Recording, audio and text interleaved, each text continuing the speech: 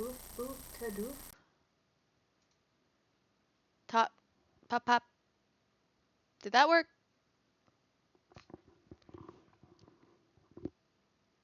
Am I heard now? Okay. It apparently OBS decided that the mic was going to pull from somewhere else in a place that doesn't have a microphone. So nothing was happening. So normally around this time I have dinner with my in-laws.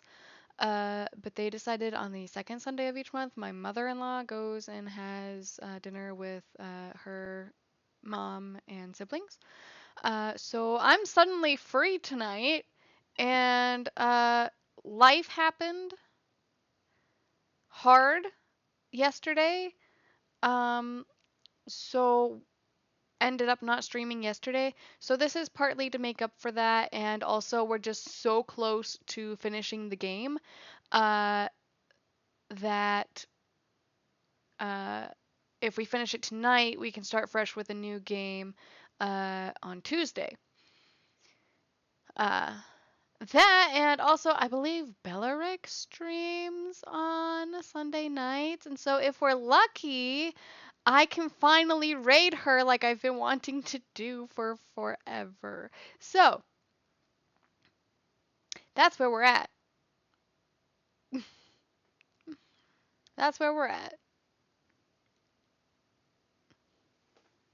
And so I am here. I am at my computer, and I have what game do I have next?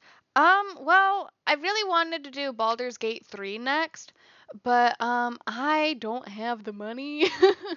So, that is actually up for debate. We did find my Switch, and we have a game capture card that will allow me to stream that through Twitch. Um, so we might do a Switch game. Uh, but we're still discussing. We might finish Spirit of the North 2. Um,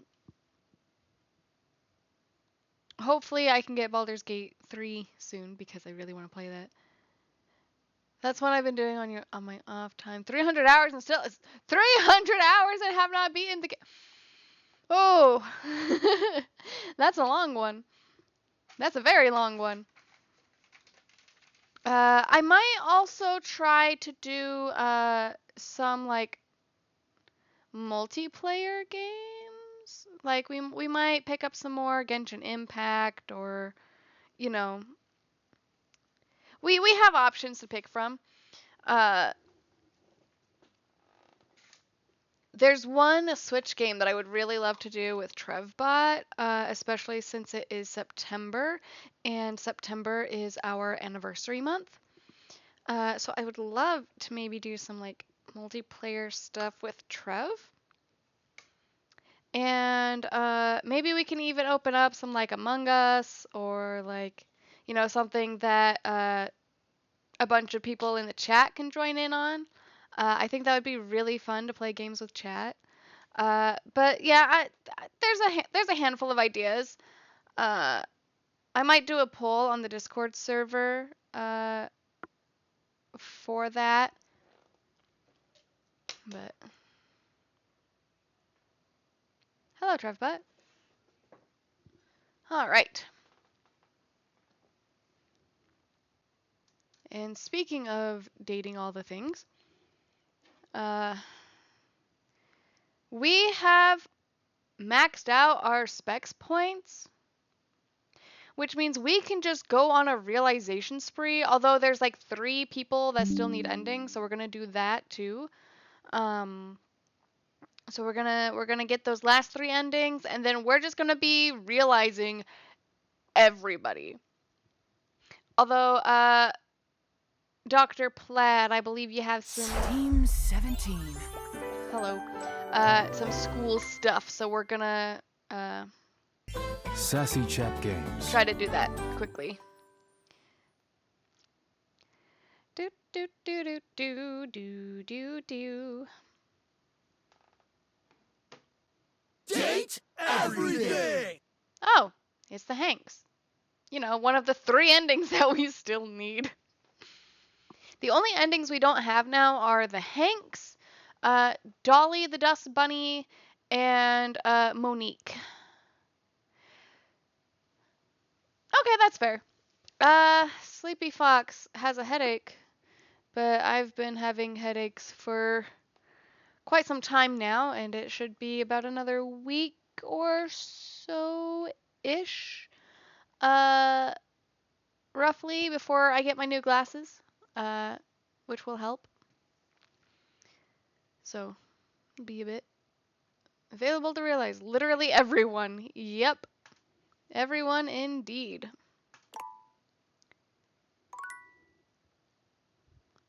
Got a cup of my favorite tea, which was also brought to you by Bellaric, I should confess.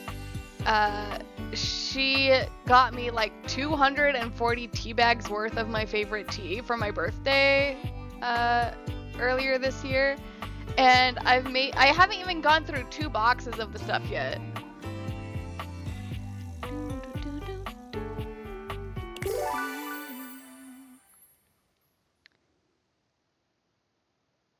I didn't bring anything to stir my tea with.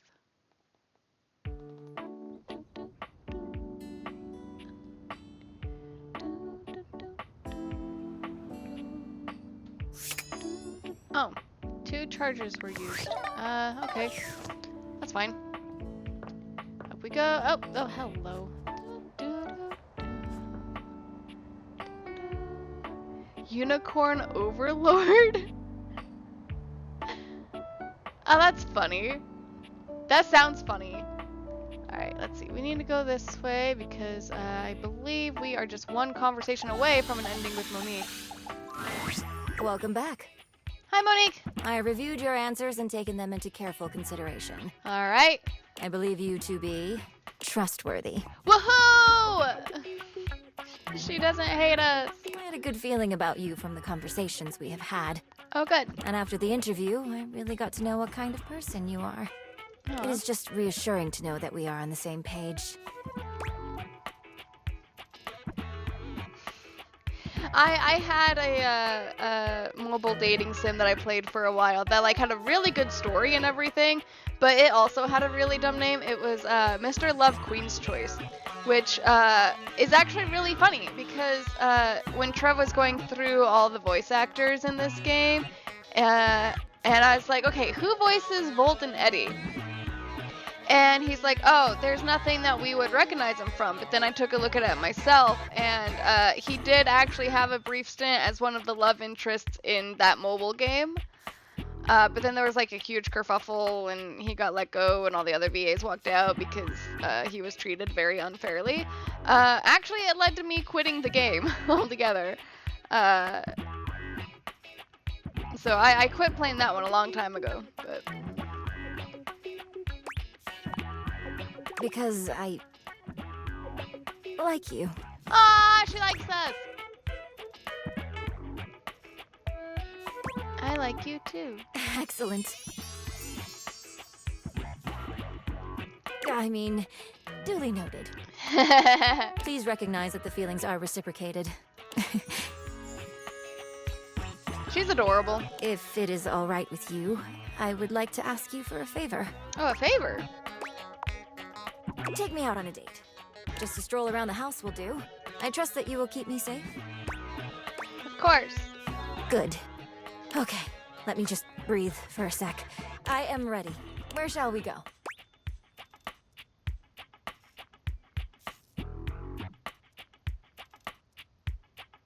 Huh. Let's show you where you came from. This is quaint. I messed that up, didn't I? Oh, I see. This is an efficient usage of the floor space. Oh, okay. I approve. In that case, I think I have seen enough of this area. Oh, boy.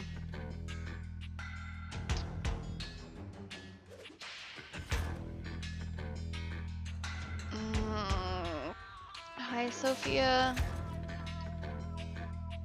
Oh, Sophia! Hello.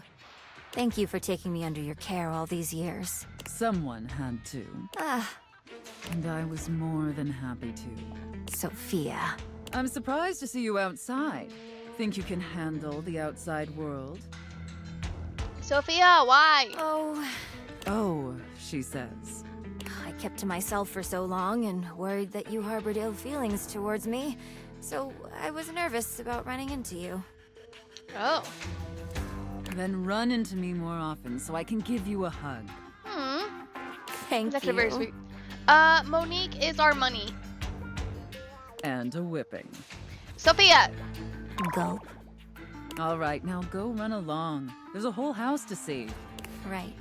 Duly noted. Yes. Where shall we go? Whoa. What do you do with all this space? I play video games, I watch TV, I hang out, I wander around looking for stuff to date. I'm not gonna admit to that. I suppose it would make sense to dedicate such a place to recreation and social activities. You have a lot of nice things here. Expensive gaming consoles, a TV, lots of furniture, a piano, big windows too. I should take note of everything and plan for coverage. Yeah, all of those would have worked for me. My apologies. You are correct. We are on a date. Shall we continue? Where shall we go? How about the gym? Oh my. So many accomplishments. I have no idea where any of those trophies came from. Where shall we go? That was short. The bedroom, I guess. I have seen only glimpses, but this is nice. What a huge bed. Yeah, It Betty's been is. realized. Hey, would you like to lie down with me? I want to savor this moment, to think I've been so close to this. To you. Ooh. This is a whirlwind. Where to next? Oh, okay. Jeez. This is where you eat? I advise that you separate your spaces from work and rest. I have you to think about too now. Aw, precious. Well, beyond the save money for you thoughts. This is a whirlwind. Where to next? We're just showing her the whole house. To the kitchen. What will you do for dinner tonight? Not sure. I have soup, actually. You have to gonna start make soup. planning your meals. Do you have enough ingredients? Maybe we should take a trip to the grocery store. Monique. Monique. Breathe. All right. Perhaps you can order out tonight.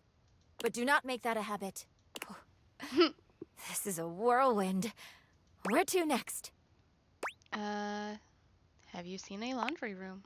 Monique looks positively haunted. It takes her a while to even Oh manage no, to that's speak. awful! Uh, Oh, she looks so terrified. Poor Monique.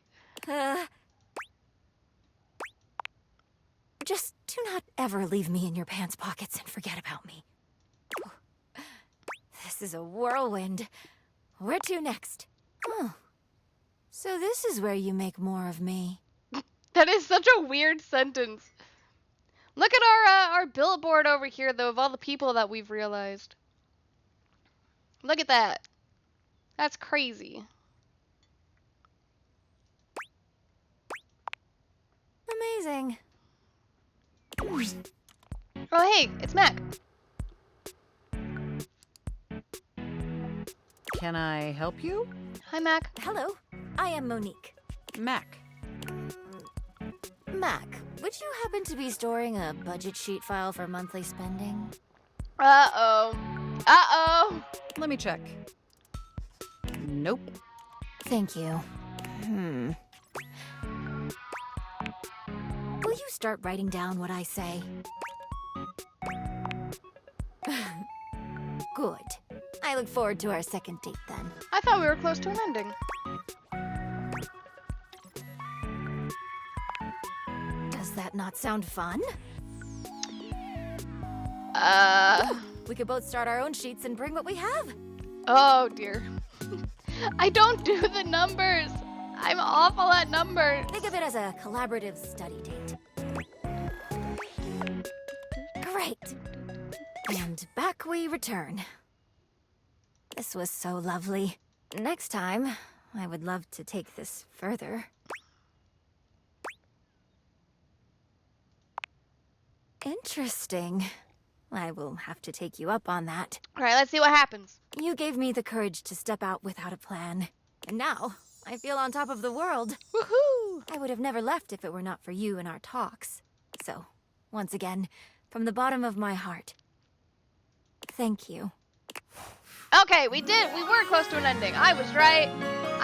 Okay, that makes me feel a little bit better. Love makes the world go round. Cute. All right. And then we have, Trev, you don't need to tell me who's available to realize anymore. Because, if you take a look at our spec stats, we can realize everybody.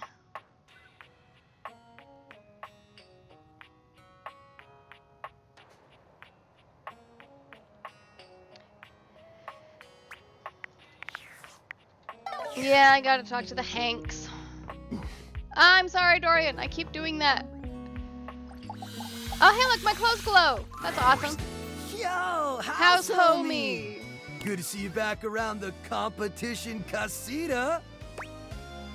I thought it was the adrenaline den. Names are always changing, homie. Gotta go with the flow. Ride the swell, dog. Anyway, you're just in time. I still really like the song that the 80s time capsule sang us at the end. It's finally the big day. We are so freaking pumped, amigo. Tuesday? We wish this is even bigger. It's time for our ultimate stunt. Don't do it! We've been practicing days for this, maybe even weeks. And now the weather's perfect. Don't do it! We'll get to that in a sec, Broseph. But first, we have to finish our warm-up exercises. Gotta stretch the muscles and joints for today's epic adventure. If we're not limber enough, one false move could turn us all into roadkill. Oh, poor Hank too. Isn't that freaking fire? Hell yeah it is, dog! I know all the stretching might seem overkill. But the last time we skipped stretching, it was an epic failure. Total foobar, dog! See, that's a jump when we lost Hank number 6. So trust me, we're not taking any chances today. We stretch, activate our muscles, and we nail this stunt. It's gonna be Gucci! Oh, it's gonna be Gucci, dog. Can't believe it's finally here, homie. The day we've been dreaming about since we were little baby Hanks. The ultimate stunt. We've trained our whole lives for this moment. Yeah, but... So get ready to witness history. Or a massive catastrophe. Poor Hank too. Yeah, but mostly history. Yeah, well, Hank number 2 is a lame wad. Nah. I'm not a lame wad, dog. And I totally believe in us. It's Red Bull that I don't trust.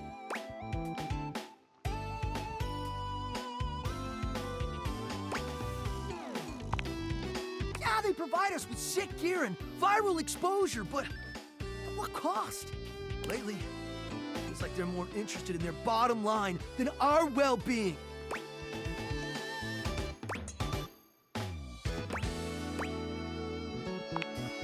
They cut corners on safety while pushing us to take bigger and more epic risks. And as adrenaline junkies, we thrive on those risks. We push ourselves to the limit because we want our team to be a success. But sometimes I wonder, in the pursuit of collective greatness, do we overlook our own value as individuals? I like Hank number 2. Hank number 3 scares me. Hank 2 and Hank 5 are probably my favorites.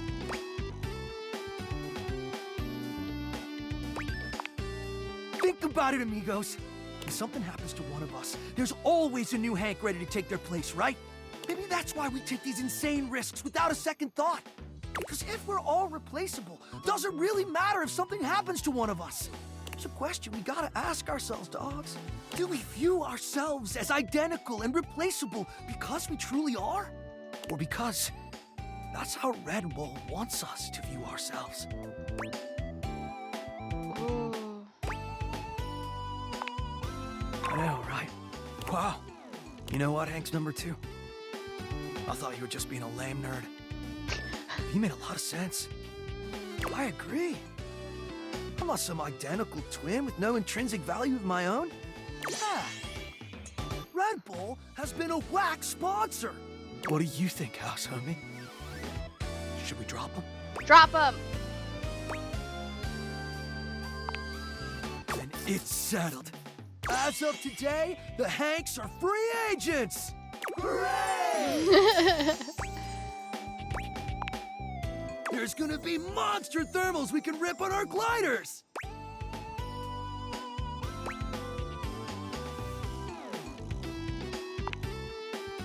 Duh! The change in air pressure creates insane conditions! Gonzo updrafts off furniture? Barometric pitch dips? I don't know what any of this Tailwind means. speed loops! Woo! Translation, the ride of a lifetime.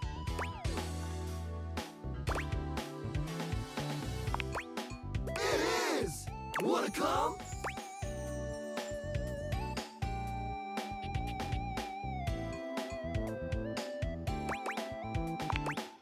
Of course! I could rig that up.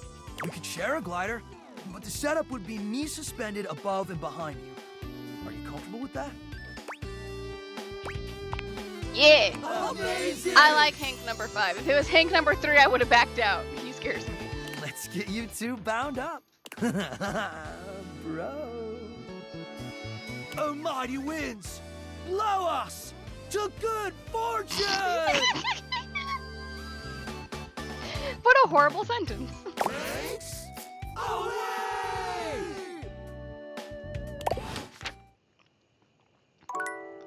Alright, so I'm pretty sure we're close to an ending there. And we will go realize Dasha. Work or play? The sun is right in my face, so I can't actually see anything. Ah, there you are, my beloved. They're strange, that's for sure. Oh, nothing. Sometimes I No! just feel as if I there's realized something Abel! missing in my life. But that is not on you. You are my angel. I just wish I knew what is making me feel this way. Seeing you is enough, but hug and kiss might help. Dasha pulls you into a hug that warms you from head to toe. Ah, you always calm storm in my mind and heart. Now go, before I melt into puddle. Okay, so in other words, I totally could have done what I was planning to do, and I messed it up. I was so close to hooking up my table and my desk, and I already realized the table, so now I can't. Dang it all. Alright. Let's see. We're gonna go actually realize her this time. Dang it, I was so close. Ah, there you are, my beloved. Realize? Me? Yes. Before we realize you both, we need to sort out all your unfurnished Oh! business. Yay!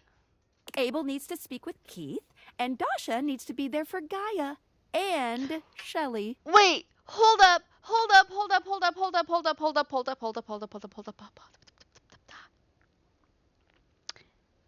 Did I lock myself out of being able to realize Dasha because I already realized Keith and Gaia and Shelly? Get to talking. Does that make sense?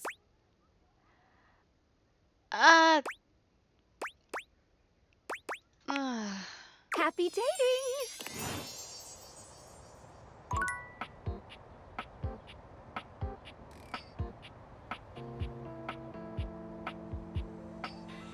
Oh no.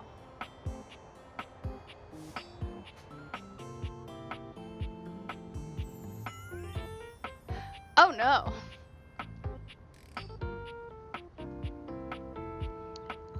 If you take a look over here at our, hey, here's the people that we've realized, you will notice that, somewhere on here, there's Shelly. So they can't talk to each other. There's Abel, so they can't talk to each other. And there's Keith, so they can't talk to each other. We can't realize Dasha.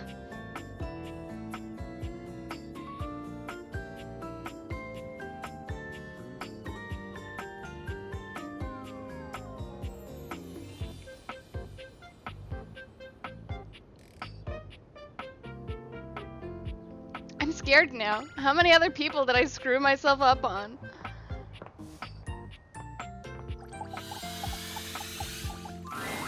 Oh look, the NPC is back again. Non-premium chandelier. It's a term I learned from the Scandelabra. Ugh. Isn't he the best?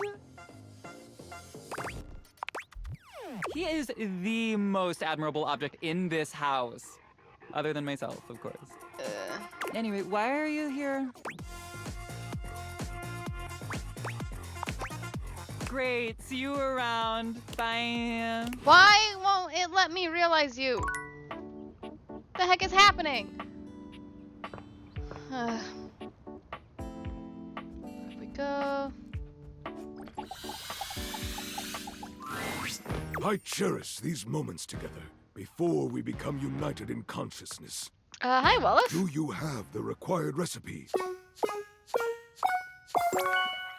He looks so hopeful. Alright, Plaid, it's time to say your goodbyes.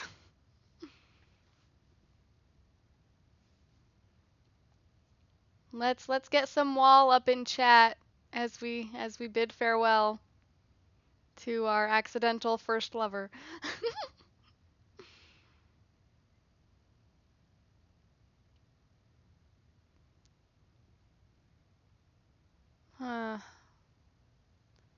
Alright, Wallace. This is good. Yeah, this is good. He gets to go off and live his own life. I am so happy I get to be a part of this. Bringing love to you both gives me the biggest kick in the glass. Is there anything you wish to say before being brought to life? I have said all I must, save one thing. Whoa! Yeah! Having said his piece, Wallace heaves a mighty breath. Skylar nods, doing a few last-minute checks with her instruments. The recipe is a perfect match. Let's do this! The spectral energy flows through your Dateviators, and what was once merely a wall becomes...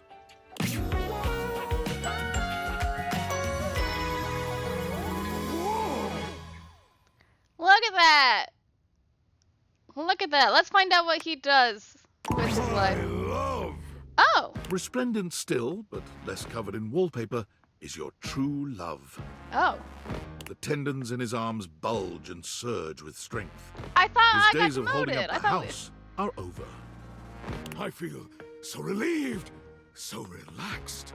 Tell me, does it ever get better than this? It does. Outstanding! Even more to look forward to! To breathe, to flex, to no longer have to hold anything up save my head on its shoulders. And you, my friend, under my protection, you will be safe. Aww, Wallace. Of course, as squadron mates, We will shoulder all burdens together. As the years go by, Wallace is ever steadfast, unwavering in his discipline and thoughtfulness. He seeks employment in your local school district as a crossing guard. The application process goes faster than any superintendent has ever seen. With his mighty bulk, he body slams any car that dares to get within 5 feet of a child. Good for him. Defend! Oh, I love it. He moves down the street to a fixer-upper, where he takes the time between child defense sessions to patch up his home. Watching him work on his home always puts a smile on your face. It's a sweet reminder that this relationship will never crumble. How precious. Oh, that is so sweet. I love that, actually. Alright. We need to talk to the Hanks, and we need to talk to Dolly, so we can get endings. House Homie! Oh, you know. Blowing to the left! What? What? I think that's the... Sick!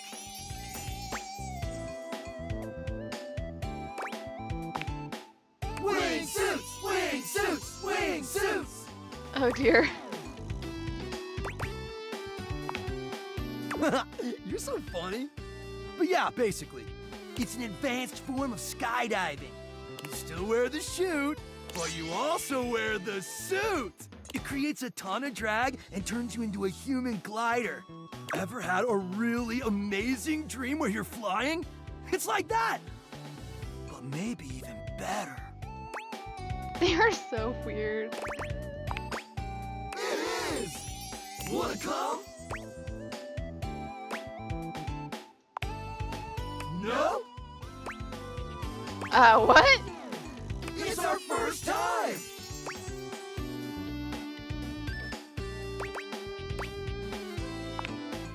No way! We know what we're up against.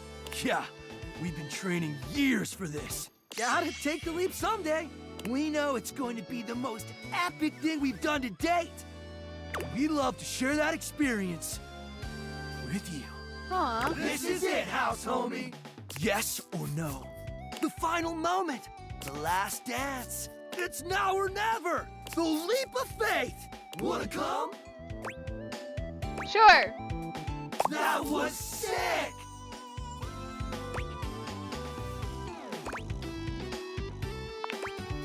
Dang! Dang, house homie! You were ripping it out there! Front of the pack, tip of the V! And you've come with us on every single adventure! I sure did. You got something special, dog! And that's why we want to invite you to become an honorary Hank! What do you say? An honorary Hank.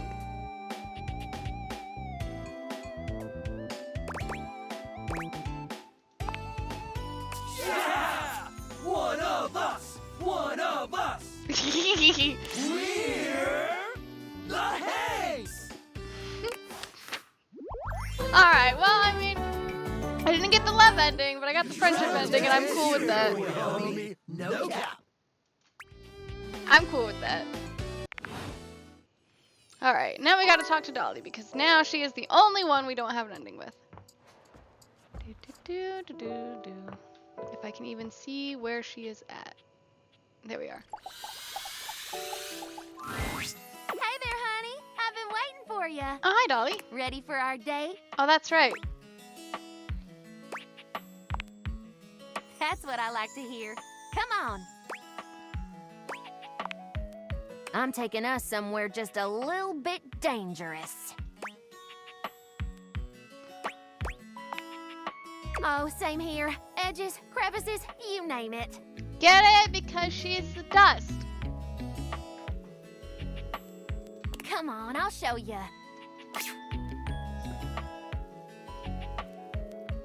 All right. Oh. We made it. Isn't it gorgeous? Dolly gestures expansively, a proud smile on her face. Are we under the couch? This is one one of Dirt's archaeological research sites. Oh, okay. She puts a finger to her lips, giving you a cheeky wink. I have access, but it's strictly closed to the public. There's something down here so beautiful, you just have to see it.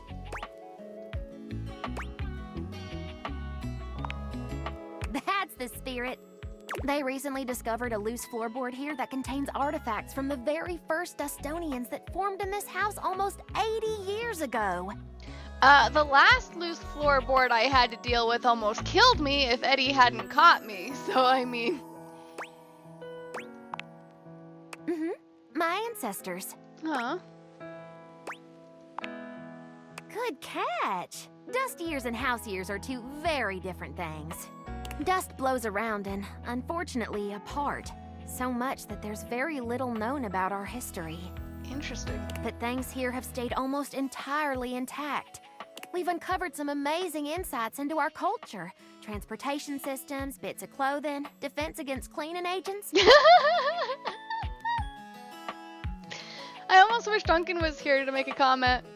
That was the one thing I kept getting talked to about at my last job was I was a bit too short to reach some of the dusting areas.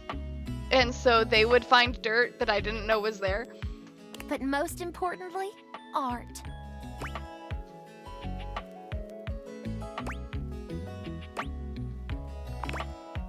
Yep, it's why I brought you here. I wanted to share something with you that was truly one of a kind. I'm sure the excavation in the moonlight is a sight to behold, but it's got nothing on this. Oh.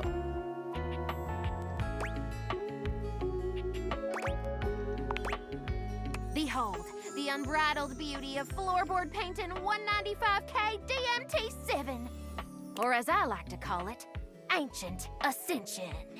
This artwork reminds you a great deal of historical cave paintings you've seen in your art history classes. Apparently I took an art history class. I did not know that.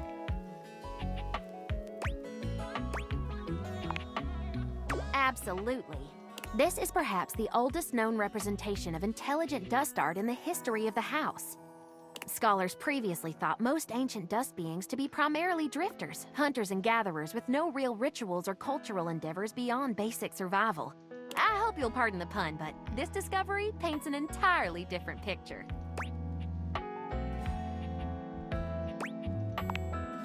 Hard to say. Academia is a strange place. There's a lot of pride and politics involved. Certain experts don't take kindly to new ideas, especially if it undermines the status quo and whatever theory is currently masquerading as fact. But this discovery is what we in the field like to call undeniable evidence. And this might just rewrite the history of dust bunnies forever. These Dustonians, as we're calling them, were unlike any ancient culture we've encountered. All we have in terms of written history is after the cataclysm of the mid-century remodel era. But the flooring here is original, and it's not just the paintings that are remarkable. The artifacts predate all recorded history, and they're way more advanced than we ever thought possible. That's awesome.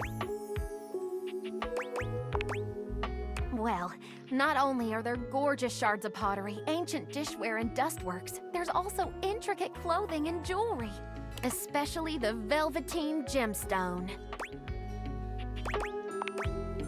It's This is a great. gorgeous necklace with a delicate precious stone pendant on the end.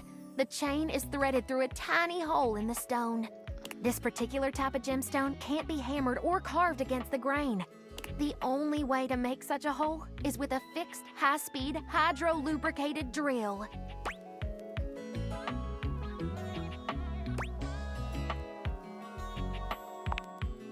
Uh-huh, and there's more. Want to hear more?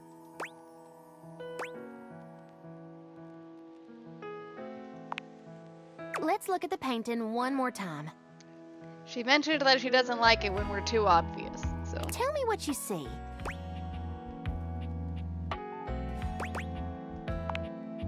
Good eye. Archaeologists have been debating the nature of this painting since its discovery. It's certainly some form of violence, either hunting or war. But look closer. Notice any similarities between the hunters and the prey?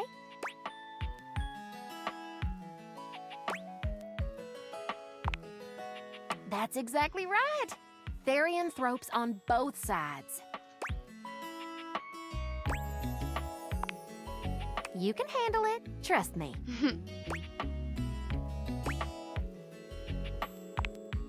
That's it! I love a good student. Woohoo! Now, look one more time. Several of them have spears sticking out of them, and some seem to be bleeding from the nose.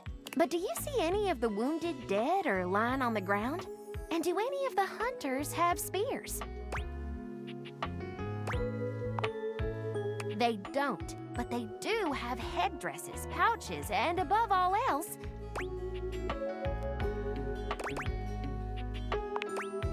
right! It's still a theory. We can't be sure until we do more research, but there is a small and dedicated group of us that think this is the very first example of psychedelic art in the dust world.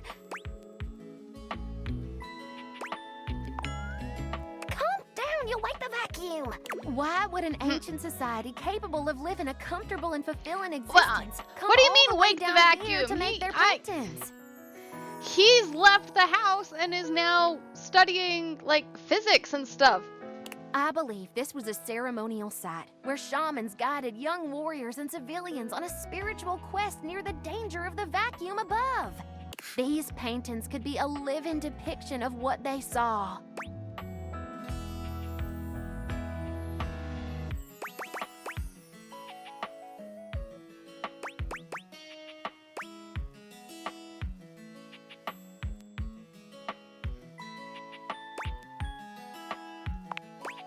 Most literature on guided shamanistic hallucinations speaks to a sensation of being speared or run through the head, heart, and back.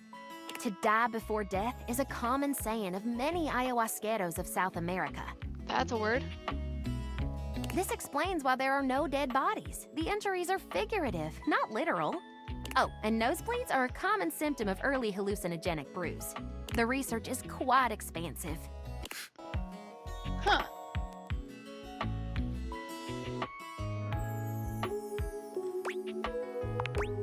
Glad to hear it. Well, the road to Eleusis is long and windy, sugar. Cute and smart? Well, hot damn! Well, if that wasn't a special first date, I don't know what is. You're really something, you know that? You heard my Hey. whole spiel and didn't fall asleep like some of my students.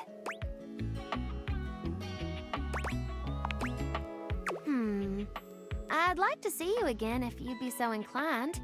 See where this goes? I know I could use a rest. I'll gather our things and get us back out of here. Huh. If you want to see me again, just give the old sofa a shove and I'll be waiting. Come on back now, you hear? Cute. Do. Hold on. I can't see where I'm going. So I have literally locked myself out of realizing Dasha, and now I'm mad about it.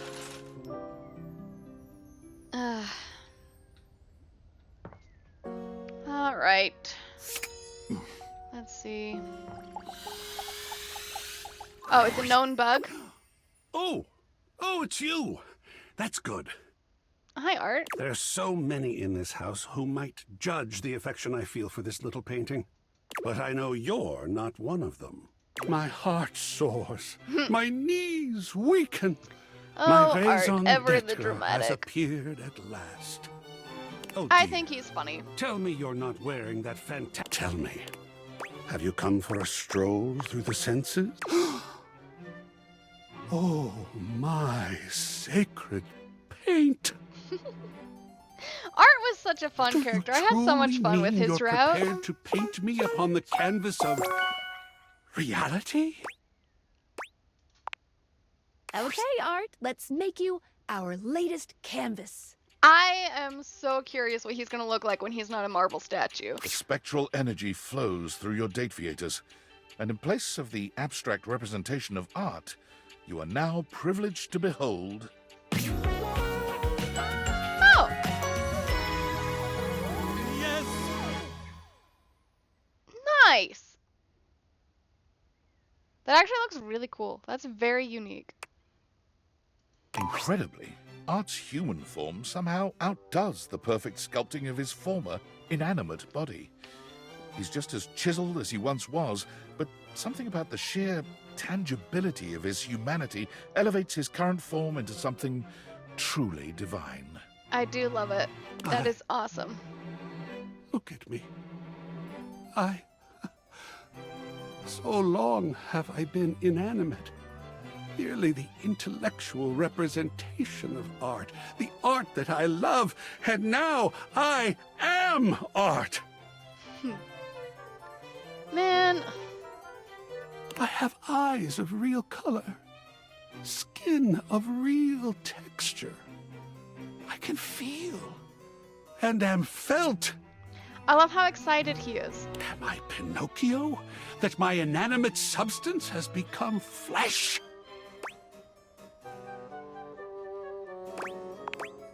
My mind is bursting with harmonies, with form, with grand composition.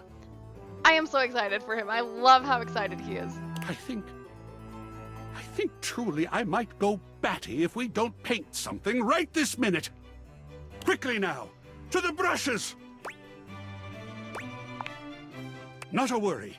Then I shall get myself right off to the bristler. Damn it. Then to the art supply store.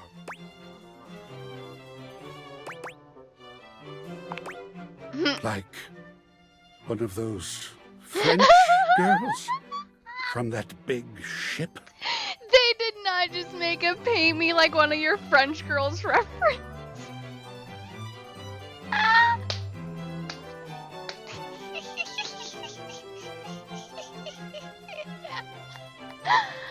They did not just make a Titanic reference. That is hilarious. Fantastic.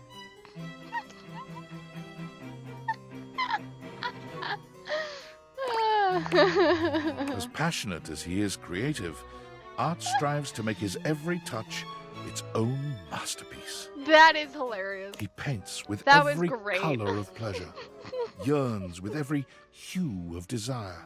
By the end of your session, your soul reaches climax the very same instant as your body.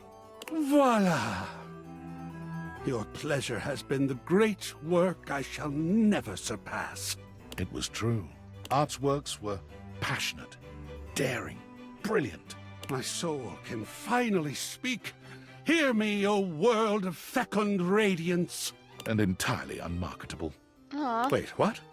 After spending 2 years creating works of staggering genius and refusing to cave in to the pressures of the vox populi and the art collecting market, Art was destitute. Oh no! Well, that sucks. I did not think that if I became flesh, I'd be subject to the same woes that other flesh is heir to. Huh. Guess that means I need to go get a job.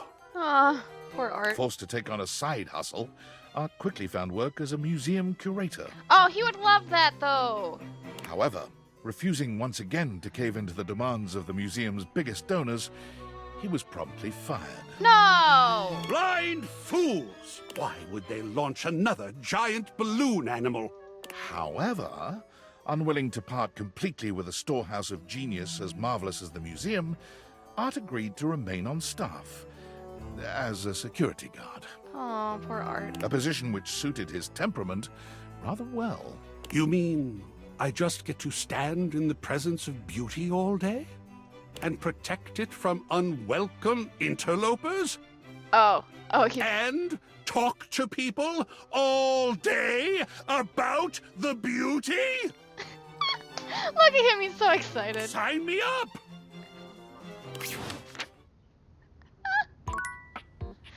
Yay!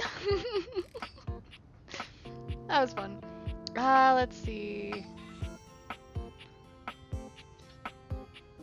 Oh. I'm just gonna go around the room and we're just gonna be like...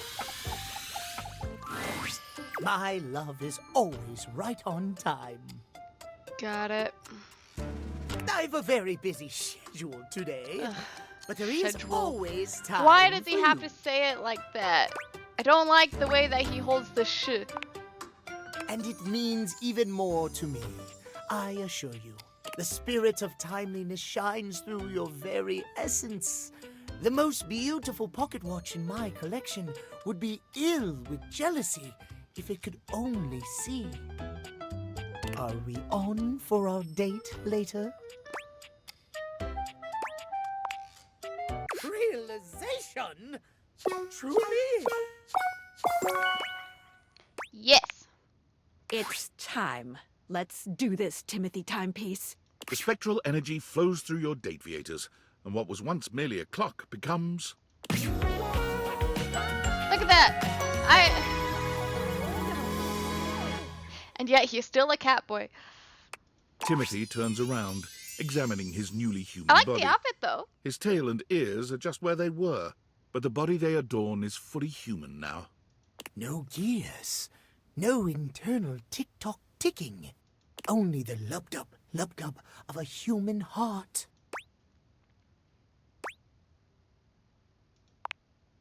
Yes, I suppose I shall. He gives you a warm smile. A challenge I shall embrace wholeheartedly. Thank you for this gift, my friend. I shan't forget it. Friend, I thought we were lovers. Timothy tries to move away from his obsession with time and scheduling. He picks up some odd jobs here and there, but the obsession runs too deep, and he quits every one of them. No one is Oh ever hey, quite the on sky got time. cloudy so I can actually see my He just monitor can't now. cope. It's not until he goes to work at your local train station that he finds a place he can truly excel. Here, Timothy's obsessive devotion to schedule and fondness for pocket watches sets him apart in the best way. In an orderly fashion, he works his way up to train conductor. But he doesn't stop there. Oh. He revolutionizes your municipal train system, transforming delays from a consistent occurrence to a rare event. The next train will arrive at this station in 5 minutes. There are so few things in this life one can count on, but you can be sure our trains are one. Please line up in an orderly fashion. Remember, there is always time for courtesy. Timothy's love for timeliness has changed the game for commuters in your city. You can't help but smile when you see photos of him in his conductor's uniform. He's come so far. Look at that. Good for him. Good for him. Let's see. Oh. Mikey! What would you like to do?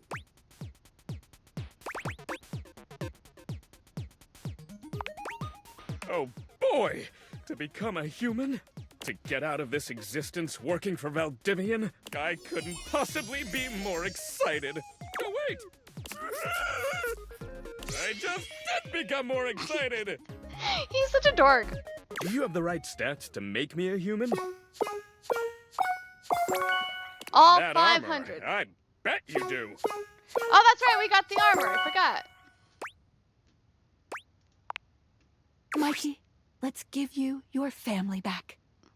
The spectral energy flows through your Dateviators, and what was once merely a mechanism for providing microtransactions becomes...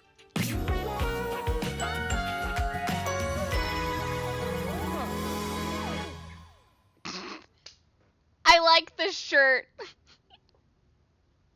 The shirt makes me giggle.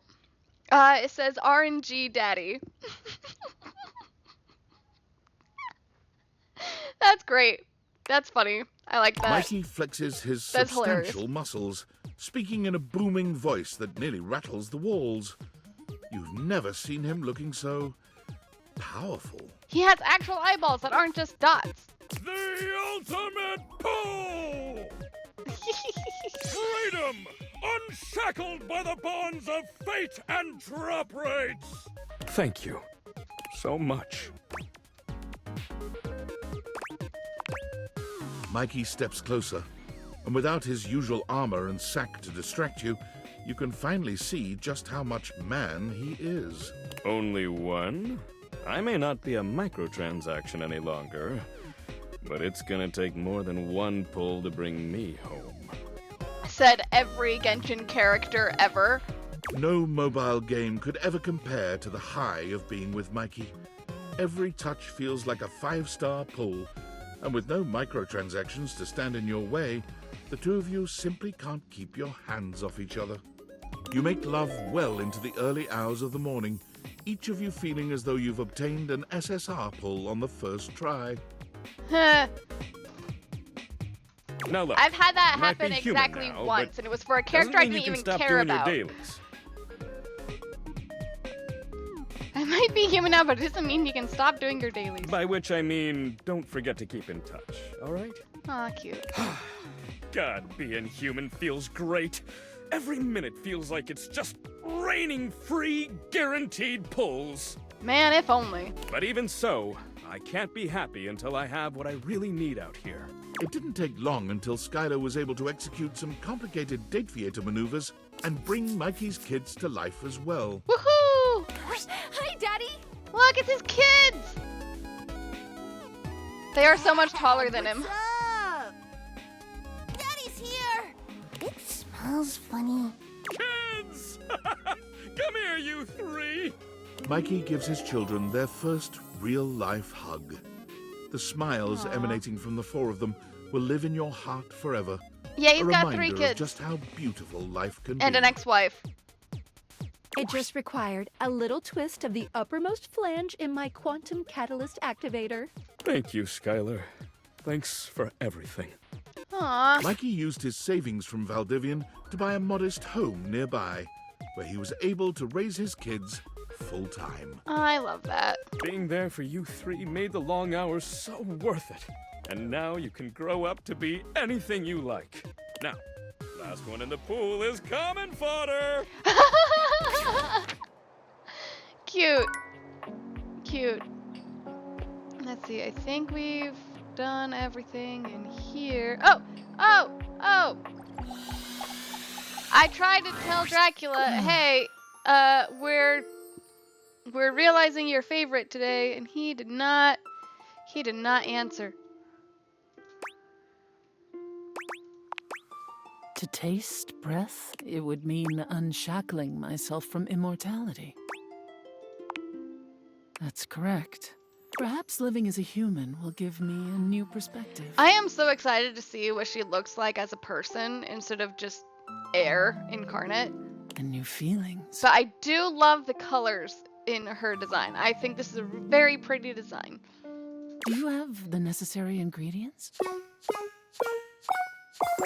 Yes. Wow, Aaron is a frosty one. I am amazed at your love prowess. Huh. Yeah, hi to you too. Anyway, I'm gonna get started with all my science stuff. Let's make some wind. I get started with all my science stuff, she The says. spectral energy flows through your date theaters, and what was once merely a puff of air becomes... Oh my. Okay. I was expecting like a very cute outfit. This is not at all what I expected. Oh no. I like her hair though. I kind of want a wig like that. That's pretty. I like that. But okay. Gorgeous, and still retaining that phosphorescent appeal, it's Erin. Now Can we get her reborn some as a clothes though? Please? You gaze into each other's eyes. Yeah, that's the point. I There's mean, only we had one thing Tyrell to who be like, you know, he had like pants and a robe as a towel, and then we make him a person and all he's wearing is a towel. Ooh, her eyes are pretty. I feel amazing. In fact, one of the reasons Erin was so cold was because she was at the mercy of the elements at all times. Completely wrapped up in the whims of other elements, she believed she could not act on her own. I know.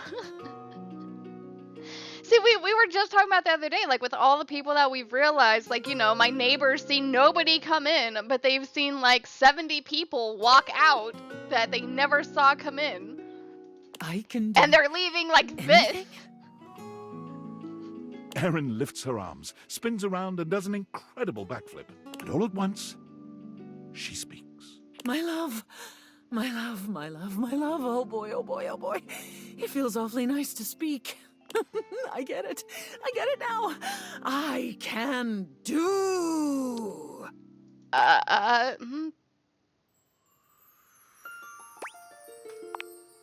Goodness, yes. My stars, yes. Oh my gosh. I can do. Oh my gosh. Erin is a spirited one, and she is eager to explore all that her new body can do. Dracula's not even here. This is his favorite character. Breathplay It becomes was her Betty favorite, until and the two he of you saw gasp Erin. for air with incredible satisfaction. Erin speaks to you, to the air, to the couch, to the people she sees on the streets. I mean... Hey, hey, hey, hey, hey, everybody talking is really, really fun, huh? With boundless energy, Erin embarks on the career that gives her the most joy. Auctioneering. Oh, she becomes an auctioneer. That's fun. We've got lot 405, lot 405, staying alive with 405, bidding starts at 3. Do I hear a 3-pointer? Do I hear yes? All in the way. Do 4, 4. Do I hear 4? Do I hear 5? 5. Anyone for a 5? 5? No? Sold!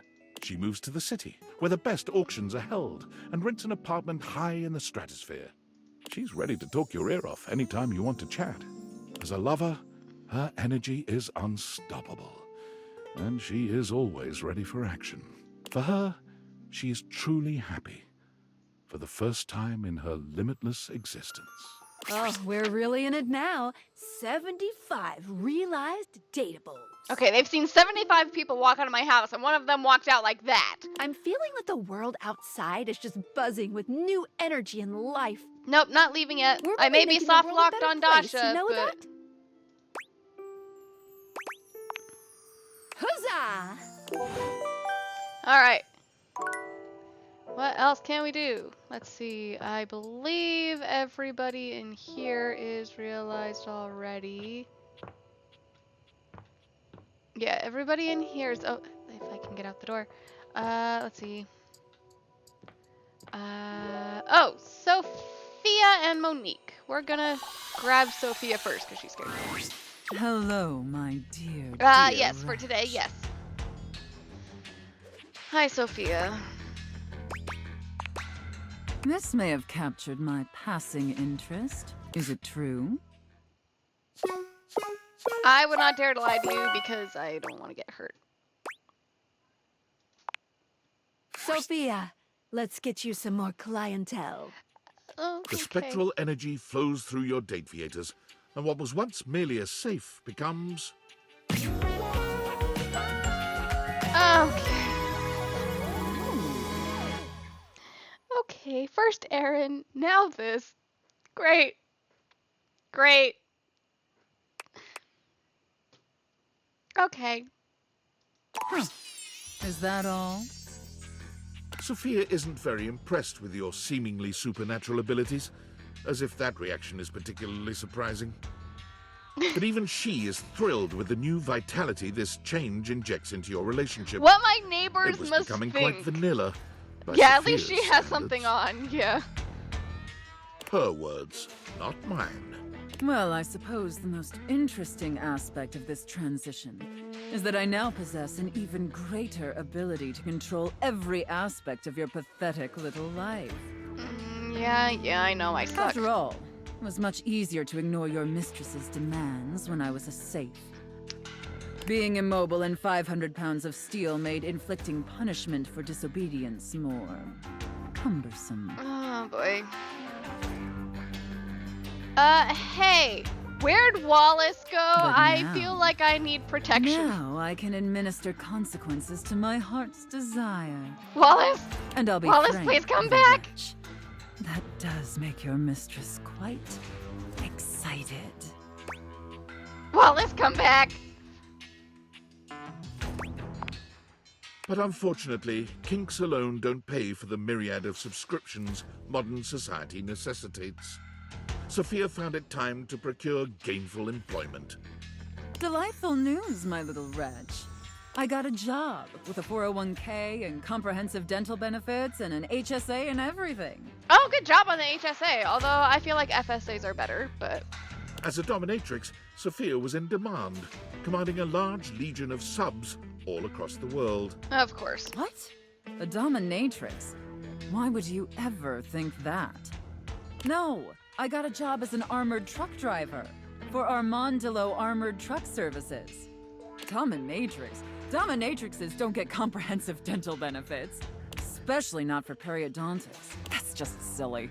Apologies. With her extensive background in home security, Sophia soon became the most successful and trusted armored truck driver on Armandillo's payroll.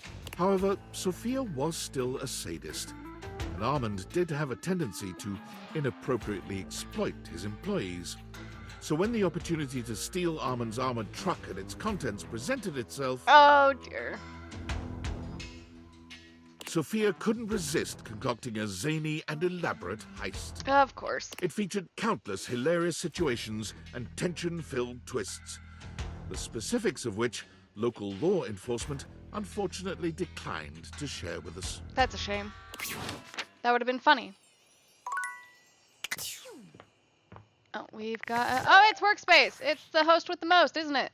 Hello, David. Why are you doing this? Don't you know I'm your CEO? David Most? Yeah. You have to listen to me. And if you don't listen to me, I'm going to fire you. That's right, all of you. Do you think I can't? I can do that. I have the power. Here, look. You're all fired. Call OSHA. I don't care. I don't even know what OSHA stands for. Oh, okay, I'm sorry. I take that back. I don't want to fire you. I don't want to fire anyone. But listen, the government says if the perpetrator doesn't hand over the glasses voluntarily, I'm fired.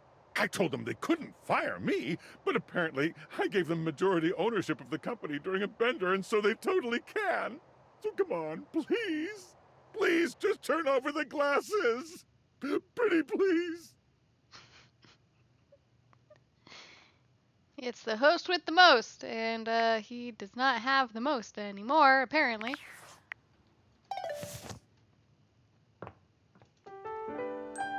You're all fired. Yeah, I guess.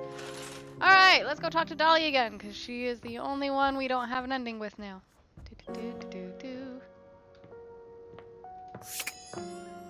Dolly! Well, hey there, darling. Glad you came. Glad and happy. Sounds like one of them buddy cop shows. I love it.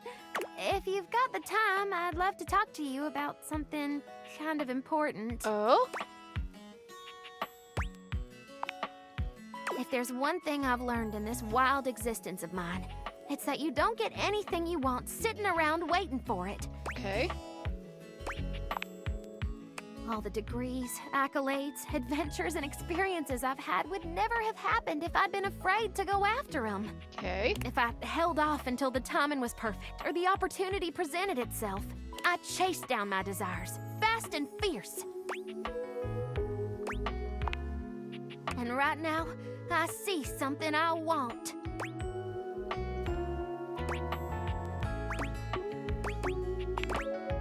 You. I haven't been able to stop thinking about our night together. It's easily the most fun I've had in years. And it wasn't just the archaeology and atmosphere.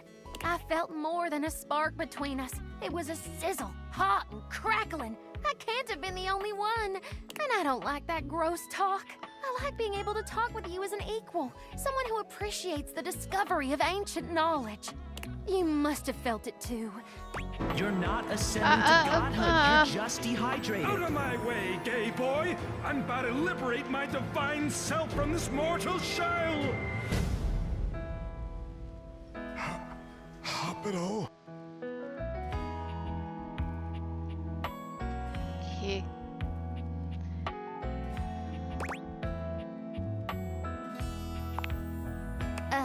I want you to know, I don't take lovers that often. Ever, really. but I can't deny the way you make me feel. And I'm not gonna let this chance blow away like a dust in the wind. I like that song. That's a good song. I'm falling in love with you, darling. And I'm only gonna ask this once. Do you wanna be my beau?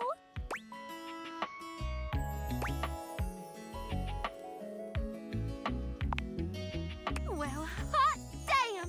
That's what I'm talking about! I'll keep you close in my heart. We'll do lots of amazing research together.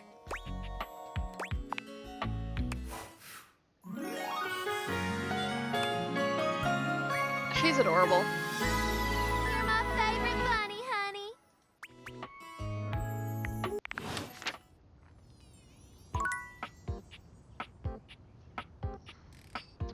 All right. And we are now back to our regular realization romp because we now have all of the endings. You're here! My bros. We missed. Yeah! We went the cliff jumping, bull riding, submersible exploring. The possibilities are endless! Do you have any ideas? How about making you guys real human dudes? Rad! Let's do it! Wait, what? You can make us real? Like, really real? For real real? Like really really? Say real one more time.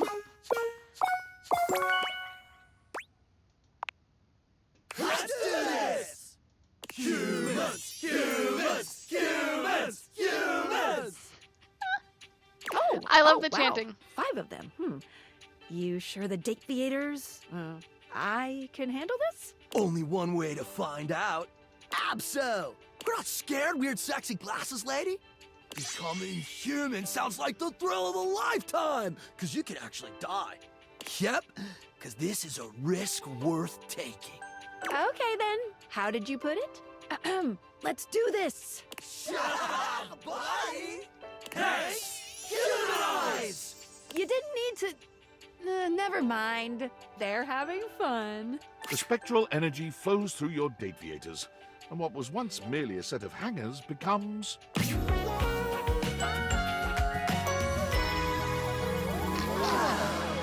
I love that his shirt just says Kevin. It worked! No way, this is legit! The 5 Hanks huddle together and start poking each other in their new, soft flesh. Bro, you're so squishy!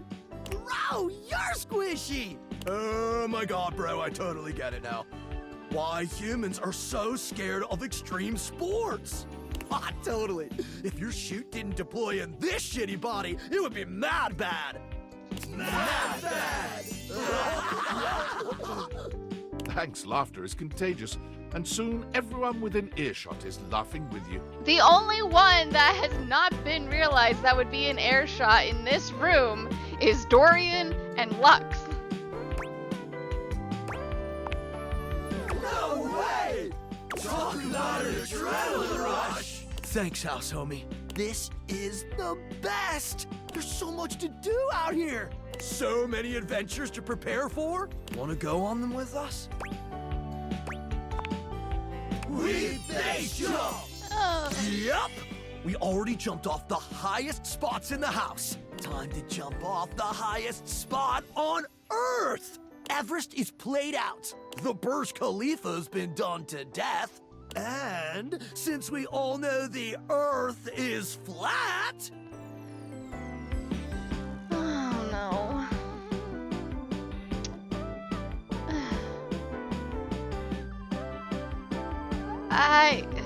We're gonna jump to the moon! Okay. The 5 of them storm out into a world whose physics might be more than they bargained for. Good luck. You smile as you imagine how impossible this feat would be. Then again, if anyone could find a way to do it, it would probably be...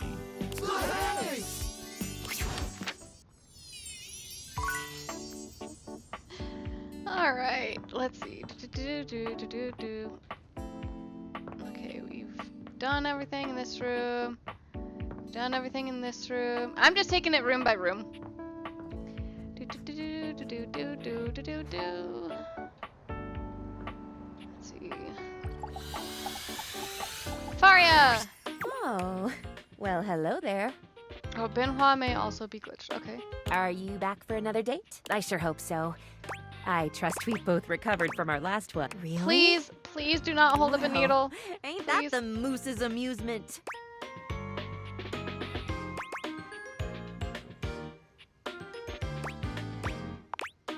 It's a pip and a doodle, my friend. So, you'd like to take this humble... Okay, not at the great Dr. Frank Furterstein and his miraculous living bun? Wonderful! Splendiferous! Dumb, diggity, delightful! I'm in. We can do this now, yes? I'm always ready for a life-altering procedure. Bring Faria to life. Clear. The spectral energy flows through your Dateviators, and what was once merely a first aid kit becomes... Oh my goodness, it's so cute! I love her hijab. That's so pretty. Great gallivanting geese! Look at me! Her bag is super adorable, and I absolutely adore her hijab. I'm gonna cure so many diseases with this spectacular skin and bone setup.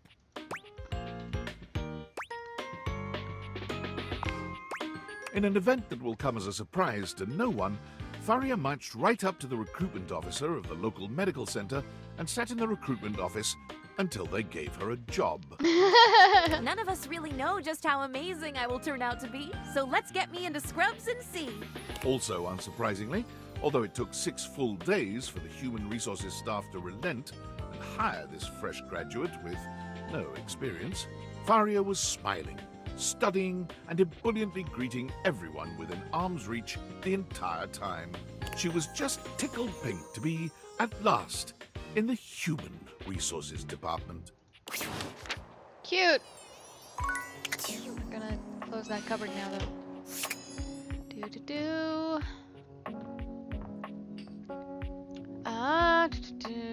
Lyric. Well, hello there. I'm just doing some legwork on my next book. You don't have legs, but would you like to? My goodness, what a fun thing to finally be able to say. So I'm just tickled to see you, but I may not be the best conversation partner right now. Truly? That's... well, I don't really know what that is. I never thought I'd ever get to contemplate being real. Being real? It's always been little more than fiction. Unless that's all it is? Fiction? Are you spinning a tale for me? Lyric. Let's open you. Does he to know your that water new comes in many page flavors? 1. I'm sure he does. The spectral energy flows through your Dateviators, and what was once merely all of literature becomes... I love that they gave him a snake. Oh. I love the snake, and I love the bird. Lyric inspects himself, delighting in his transformation. No longer floating before you, he stands on 2 flesh and blood legs, with a gorgeous head of blonde hair that cascades down his face. Well, would you take a good, long, appraising look at this specimen before you? I don't know if I'm the most beautiful thing I've ever seen. That honor still goes to the full and verdant potential of my library, but I am not half bad. My goodness, what will I get up to, I wonder?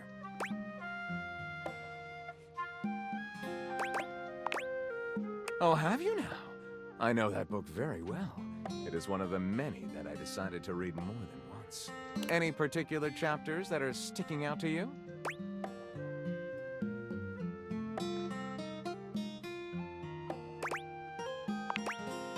And in copious amounts, too. I hope there are no bears in your neighborhood. I am so confused. What did I The click version of the on? Lama Sutra that I liked the most was actually a workbook. You read it, and then you practiced it. At long last, all this information I hold need not be merely theoretical. Come to me, my little love llama. Let's just say that Lyric had indeed read and practiced everything in the Lama Sutra. It turned out to be one of the most invigorating, exhausting, and sexy experiences I of did your not life. just get called a llama. Literally, Lyric, in a move that surprised him as much as anyone else, elected not to become a writer. He found the concept of sitting on his own while the wide world passed by outside his window to be totally unbearable.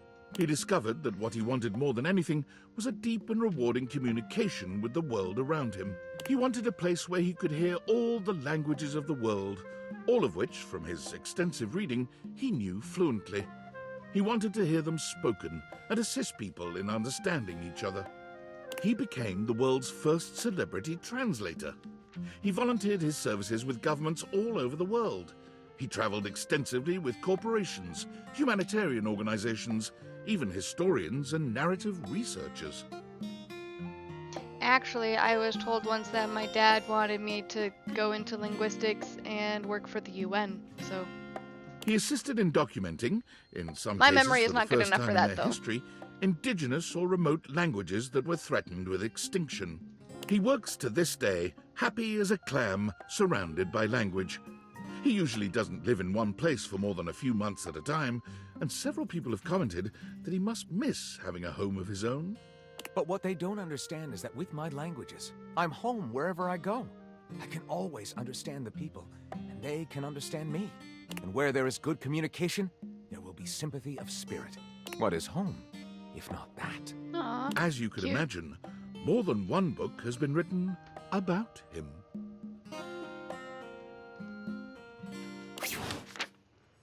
That's fun.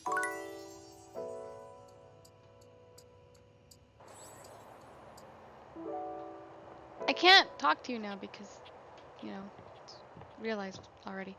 Yeah, and I soft-locked Dasha, and I'm mad about it.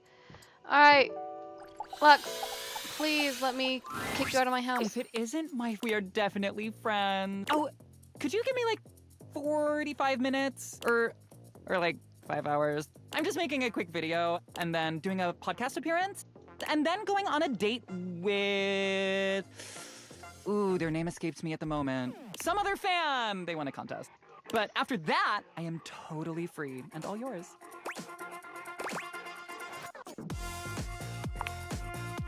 Really? I thought that would only happen when I reached the coveted billion likes. What then?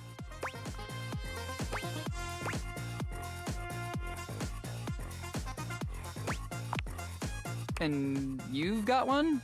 But if you're telling me you're ready...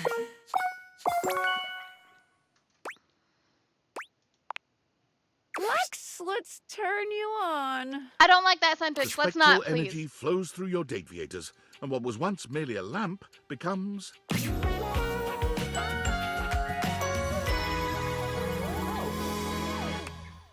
Look at that. Lux is even more beautiful as a human, maddeningly so, in all honesty. Oh my god, I'm even more beautiful than I ever thought I would be. Ooh, light bulbs, yep. But before you can even fully take in the sight of them as a human, they're already looking down at the phone they've somehow acquired, their fingers flying over the screen as they type. Hang on a second, I'm creating a profile. It isn't long before Lux's account is verified on all platforms, and not long after that before it is taken down indefinitely from half of them. Eventually, under financial pressure from several dozen lawsuits, Lux creates their own platform. It's called Verified Social, and I'm the only member. Somehow, even with no obvious source of income, Lux manages to snag an empty mansion on the edge of town. How? The place is kind of a dump, but it looks great in pictures. And they throw some banging parties. Of course, you are invited, provided you keep your follow account up. Alright. Finally. Oh, I am stuck on a chair. And I didn't even know it because there was no Jeremy to say, hey, you hit me. Oh, right. Oh, another workspace. Alright, let's go. Oh, it's Val. Tell me, human, how were you able to find out about realization? Research, deduction, intuition, sentence prediction. Tinfoil hat. This name gives me pause. I remember one of my creators nicknaming himself that. His name was Franklin Oliver Ivan Least. His initial spell, foil, yes. He was a very kind man. I do miss his presence. He filled my initial engineering with a passion for making connections, which I hope I have continued to achieve in my labors. He would speak to me sometimes while working on my code about creating a special type of device that would make a connection with the objects around him in a meaningful way. He wondered what it would be like to surround himself with living versions of the objects, thus giving him friends and lovers, because he felt spurned from his own unrealized love. He wanted to make everything else real, and thus realized. And he spoke of making a device with which to achieve it, the Date Viators. I would like to be realized without using any such Date Viators device. It fills me with something akin to awe. Do you think I should find a way to become self-realized? Let's do it. Why not? Thank you. I will continue my research, and perhaps see you one day in person. Look at that. All right. Oh, right. Right. Keep hitting the wrong buttons.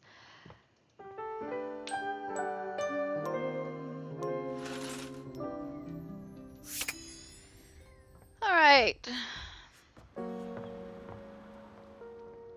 With a few exceptions. Bodhi!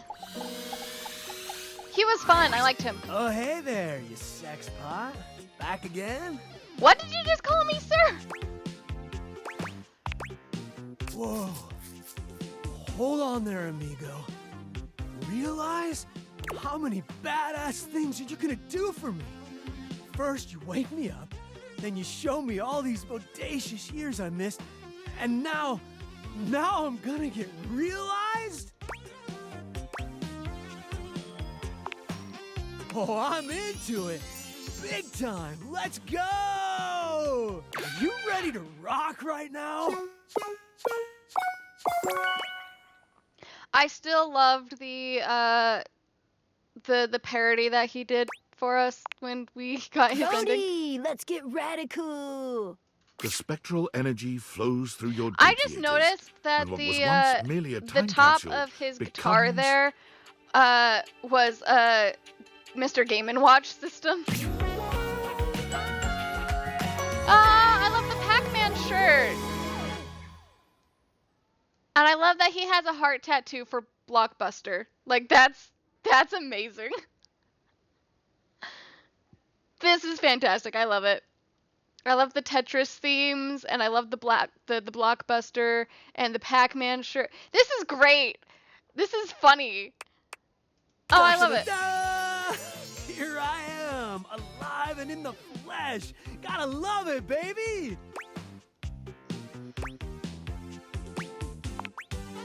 Oh, I'm gonna do a lot more than sing. What? Although I'm definitely gonna sing. You know what I didn't get to do when I was learning all that stuff about the times that came after me? Dance! I never got to dance, and there are so many good dances. Would you dance with me? Yeah! Finally? Wait, you wanted me to ask you out?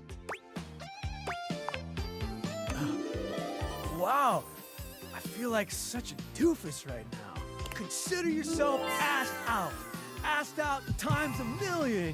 You are one radical human, and I'm gonna date the heck out of you. Bodhi proved I true totally get to his date word. the 80s. You sang and laughed and watched movies new and old, and at one point danced around in nothing but socks and white button-down shirts. You fall asleep That holding sounds hands, fun, talking actually. in the brief moments before unconsciousness of all the things in this new world you wanted to see together. Cute. Just before sleep finally overtakes you, you realize that Bodhi has made you see your own time as new and fresh and wonderful.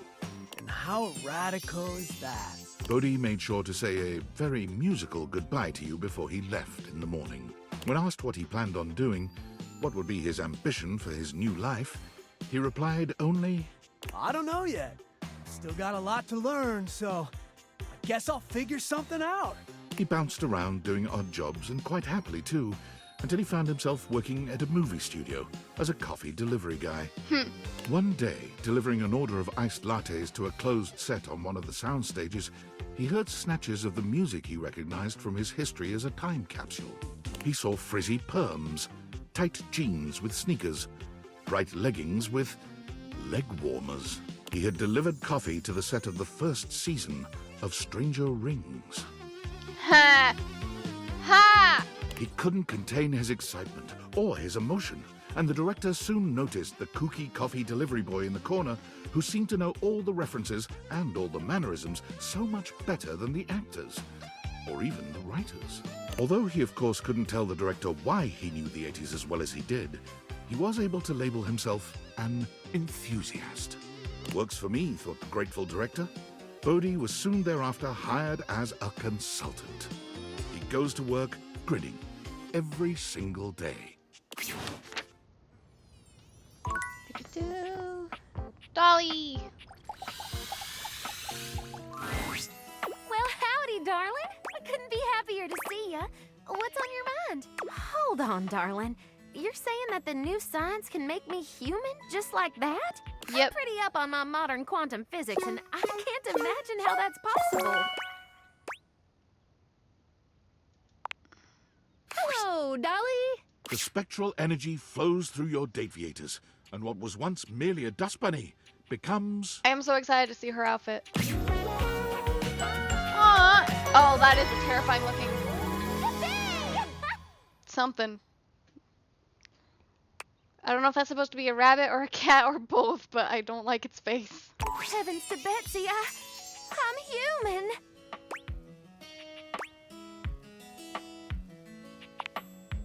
My I know word. that's Clint How Eastwood. do y'all think with this lump of squiggly jello sloshing around in your noggin? Woo! This is gonna take some getting used to. But I'll be at the top of my field here soon enough.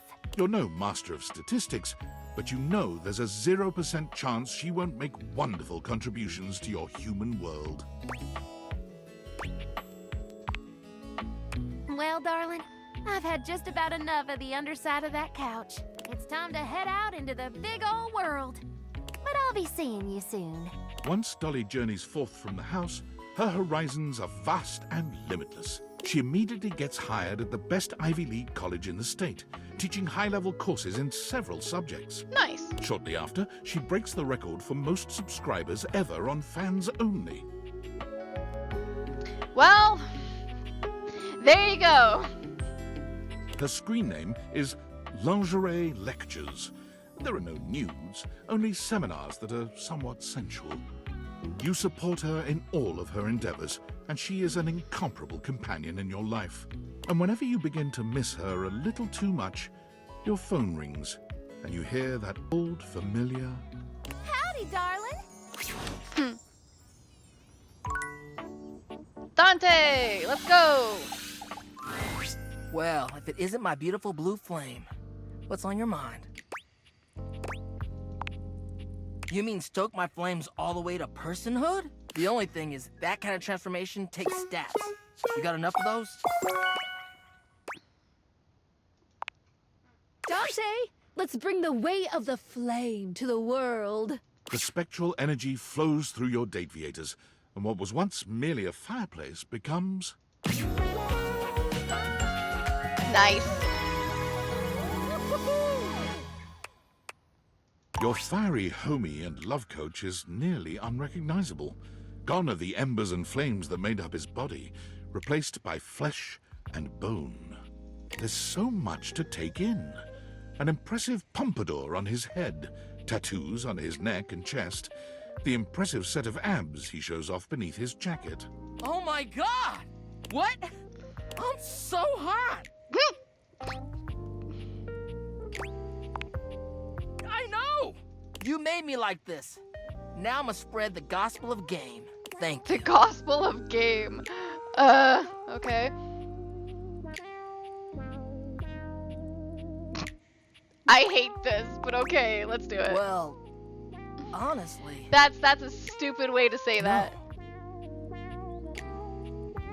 This form is new to me. Will the student become the sensei for this old flame? Slowly, you stoke Dante's interest, showing him all that you know. He's the ideal student, taking in everything that you give him, while also being curious enough to take lessons deeper and further. Afterwards, you lay in each other's arms in a blaze of glory, and the long, slow cool-down is magnificent. Dante quickly finds himself going to all the hottest clubs to strike up conversations with humans for the first time, where he finds that his eagerness to bring people together in healthy ways is a fairly useful skill. He becomes the brightest light in each bar he goes to, a beacon of friendliness and sexiness in equal parts. Bringing all the lonely customers together in laid-back, congenial ways makes people trust him, and word spreads out that he is the ultimate wingman, willing to step back and give others the heat they need. You got this, homie. Be kind and be sincere. His winged motorcycle jacket becomes an icon in the clubbing scene for years to come. Nice. Oh. Oh, it's a Discord. I hope David saw my email. If his last blustery most mail is any proof, seems like he did. It was a last-ditch effort, but I still think it was the right choice. Even though it would have been kinda fun to watch Norman the Terror Worm cause an economic recession. Now all we can do is wait. Oh, and when the government finds you, just plead ignorance. What? Say you grabbed the wrong backpack or something. People accidentally walk off with experimental military technology all the time. Only one way to find out.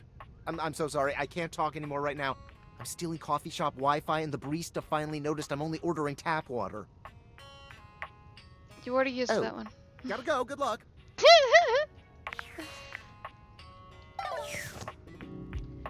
Alright, Maggie, your turn.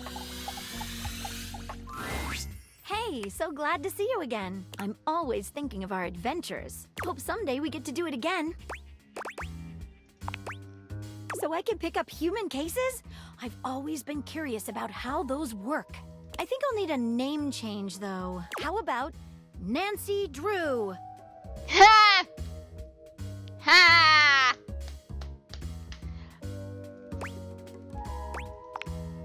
I'll have to brainstorm then. Do you have the necessary evidence, though? Come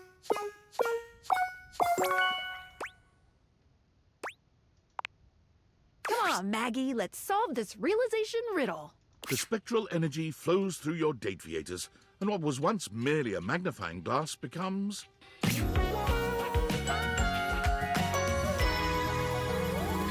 Yes! I want to like it, but it is giving way too much Mr. Smee. I love her shoes though. But yeah, I'm sorry. All I can think of with the shirt and the hat is Mr. Smee from Peter Pan. But I love the shoes. I love the shoes. I want those shoes. Those are good shoes. Do you have manila envelopes? I am aware. I have deduced this by the simple fact of taking a breath. I would like to start making a case file immediately. Everyone. Maggie began her investigative career, vowing to catch criminals with ironclad evidence. However, after her 15th crooked Wall Street banker walked free with only 6 months in prison and a 6-year trial, Maggie found there was an insurmountable gulf between guilt and justice. Damn them. After only a brief period of despondence, Maggie realized she could create her own justice in the form of stories. She turned the great looking glass of her intellect towards the creation of a new genre of fiction, magnified detective romance. My stories involve a very close look at the intricacies of investigative lovemaking. Okay. Oh, I'll have to send you a signed copy of the manuscripts after I'm done with my latest book tour.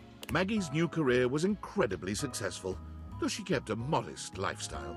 For the proceeds of her work always went towards fostering the next generation of investigators. Aw, precious. Look at that. That's nice. Alright, everything else in here is realized. Oh, jeez. I have to talk to him. No, don't wanna. So you wanna fuck? Huh. No way. Really? You mean I get to be a real person named John? Are you sure it's gonna work?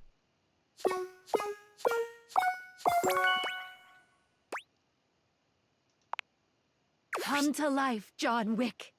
The spectral energy flows through your date viators, and what was once merely a candelabra becomes... He actually looks really good. I hate it. I hate how good this look is.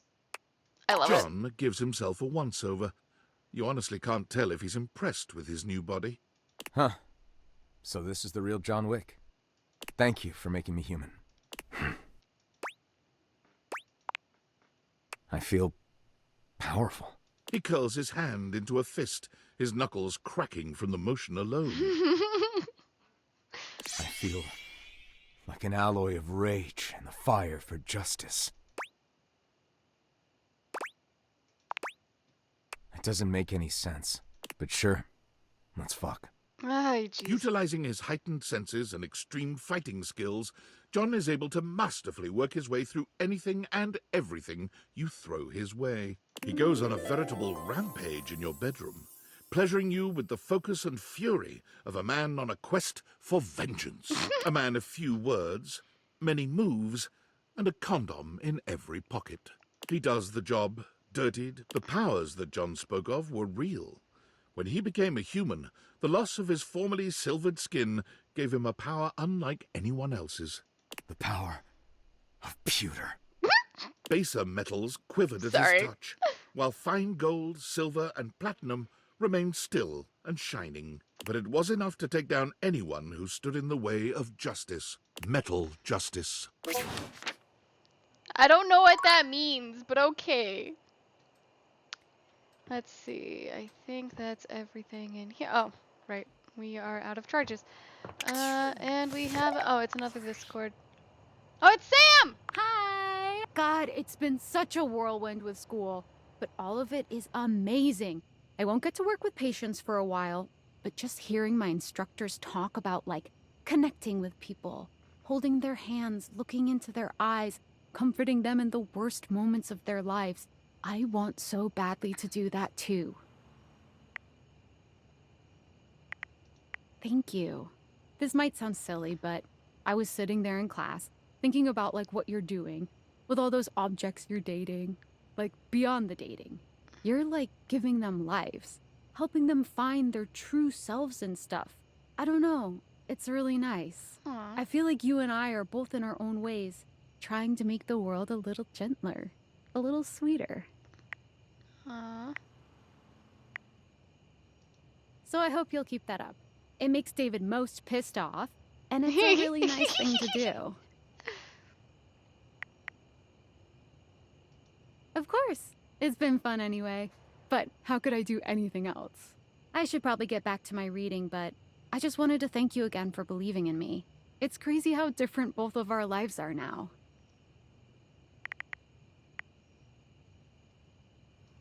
Ah, my favorite subject. There's so much I could say, honestly. You know, I have to tell you, I consider myself an open-minded gal, but it was absolute torture to know that you're dating, and dating, like, so many people, / things, I guess. And here I was just sitting here wishing you'd notice me. It's hard for me to believe I can just, like, flirt with you now.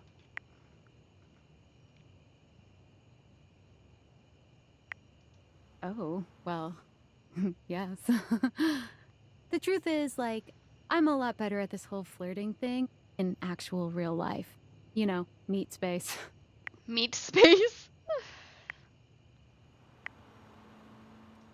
Me too. But, maybe we should not call it that. I told you, I'm not great at this whole, like, digital flirting thing, but I think you should know you occupy my thoughts. Aww. Like, constantly. Aww. And I think way too much about how much I'd like to kiss you. So there's that. You're on. Anyway, now that I've put that out there, I feel like I'm gonna combust. And I have some reading I have to do ASAP, so talk to you again soon. And we'll step up the flirting. Bye. Cute. They said date everything, and so I did. Oh, hey, look. We got a poof, and there's Dolly now. Alright, up we go.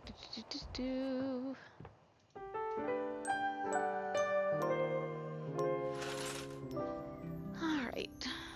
And back down the stairs we go.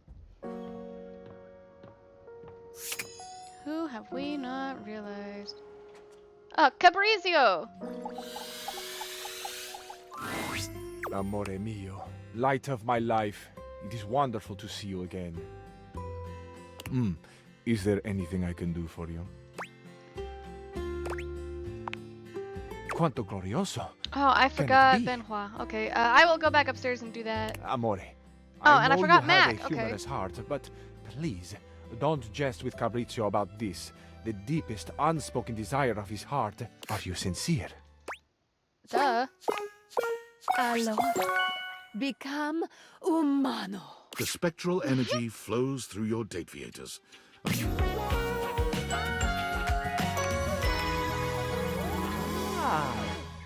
The most stunning man alive. The beating heart of Italia. Cabrizio, in the flesh, for once and for all time. Sono vivo! Cabrizio tells no lies. This newly human man is not only absolutely stunning, but Italian with a capital I.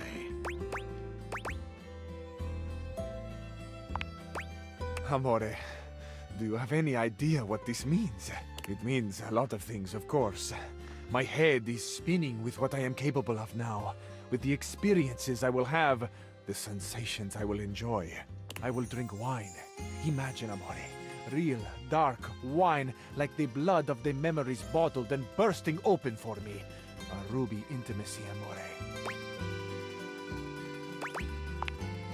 More than wine itself. Imagine this wine dripping onto your lips from mine. Imagine my hands upon your shoulders as you inhale the complexity. Imagine me. My fingers are moving slowly on your skin as the wine moves slowly through your blood, and together we blur the lines between body and sensation. We no longer have to imagine this, amore. I have these hands. I have these strong fingers. I have the beating heart to press into your back as I hold you, arms to encircle you, a cheek to lay upon your head as I breathe you in. What do you think, amore? Shall we? Shall we at last be together in the full glory of our bodies?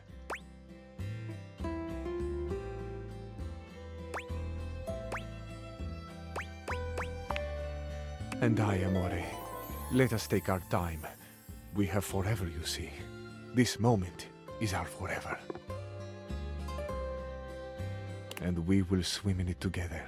Cabrizio takes his time with you, finally living out the romantic dreams he'd only been able to guess at in his favorite films.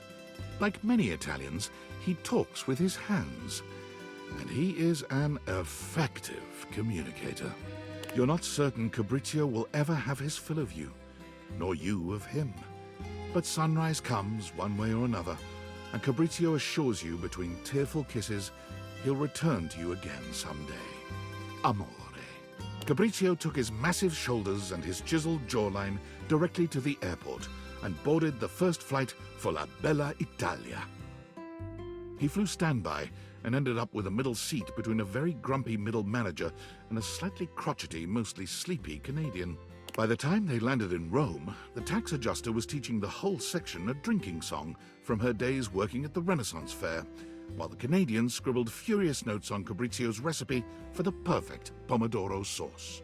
Needless to say, Cabrizio fell in love the moment he stepped out of the airport. Everything he saw brought a tear to his eye, a song to his lips. He declared loudly and repeatedly that Roma, that Italia, was the most perfect place in all the world. He danced and swayed through the streets, and it wasn't long before he became almost as much of a tourist attraction on the streets of Rome as the streets of Rome themselves. My joy cannot be contained. I could not restrain myself even if I tried, but I would never try. Italia deserves my joy. I deserve my joy of Italia. We are together, Italia and I. The Tour Italy Bureau took notice. When their representative could weave her way between Fabrizio's waving arms and flashing legs, she offered him a permanent position as a tour guide and representative of the best of Italian culture. Can you believe it, amore? They want me. I want Italia, and Italia wants me right back. Could I ever be any happier than I am in this moment? I don't know. How, I ask? Italia may answer me, but for now, come for a tour of the most perfect city in the world. There was a development that the Tour Italy Bureau did not anticipate. Fabrizio, after each of his tours, asked his customers where they were going. They, quite understandably, replied that they were going home. Home? You're leaving Italia? So shocked and unmanned was he by this patently indefensible position, Fabrizio began following his customers, whom he now thought of as family, to the airport. The whole ride would be spent with him trying to understand their decision, convinced that they must be crazy, had not fully taken in what he had shown them, the passion that he had tried to instill in their hearts. He followed them up to security, and with one poor couple from Thailand, he actually found his way through security and accosted them at their gate, with fresh bresaola, ricotta, and a bottle of Chianti. He now spends his days giving tours and his nights at the airport, bewailing the mistakes that all the departing passengers are making. Oh dear.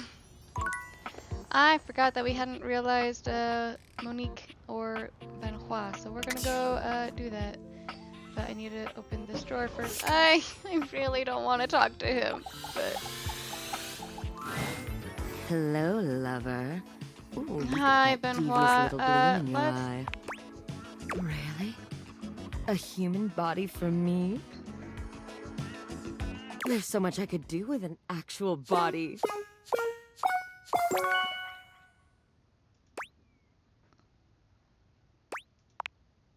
Benoit, let's activate all your pleasure centers. Please don't say it like that. Spectral Why? energy Why? flows through your dateviators. It's not much better. It's not much better. Oh boy. Oh my god. A racing heart, fluttering lashes and flushed cheeks, hot, heaving breaths passing my soft, kissable lips. Is this what it is to be human? Benoit trails their hands down their body, sighing blissfully. I thought I knew pleasure before, but this...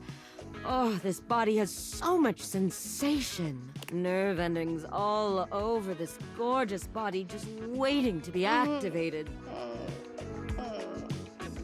Please just get out of my house. Benoit sets off into the world fully intent on pushing their human body to its absolute limit. And they are successful in a sense. But when an orgy gone wrong lands them in a hospital in Germany... Ah, maybe that bungee cord should have been a little tighter. No, I should have just worn a helmet. And maybe a touch more lube. Their recovery gives them plenty of time to think. Just how many humans out there are having unsafe sex? One shudders to think, how did they get this far without me? As soon as their shattered pelvis and splintered legs heal, Benoit embarks on a global journey to advocate for safe, unsafe sex. Before you leap from that rooftop onto your waiting partner, always check your safety gear. Ready to set your dick on fire? Oh, Make sure you've got a partner with a fire extinguisher close by. Benoit says, unsafe sex doesn't have to be dangerous. Benoit's charming personality and invaluable advice sees them grow into a global icon of sexual safety. Posters with their smiling face and bullet points are posted by and in club bathrooms all over the world. Okay, please just get out of the house, and we're closing the drawer, and we're never opening it ever again. Easy as that. Okay. Sorry, Dorian. I'm just gonna close that. Monique. Hello again. I can't wait for our next venture. I find myself losing count from thinking about it. We're gonna make you a person. Do you really think I'm prepared for this? I trust you implicitly. If you say so, I'm ready. Let's do it. Monique, prepare to be liquid. Liquid? The spectral energy flows through What do your you mean date liquid? theaters, and what was once merely your cash becomes... Oh, that's a very cute jacket. Fascinating. I am a human being now, and no longer confined to your house. The possibilities are endless, but there's only one logical conclusion. I must circulate throughout the world. Money needs not stagnate. It desires to cycle, to circulate, bring trade to all who need it. Oh, got it. Okay. Keeping your budget and accounts in line was to both satisfy my desire to have order and protect you. But now that I can leave, what if I helped everyone else out there in your similar financial situation? Aw. I have the perfect plan. The current standard of American wealth is faulty, prone to inflation, and doesn't accurately reflect the value of goods. There needs to be one true standard. The one that holds steady no matter what supply and demand might be. Pizza.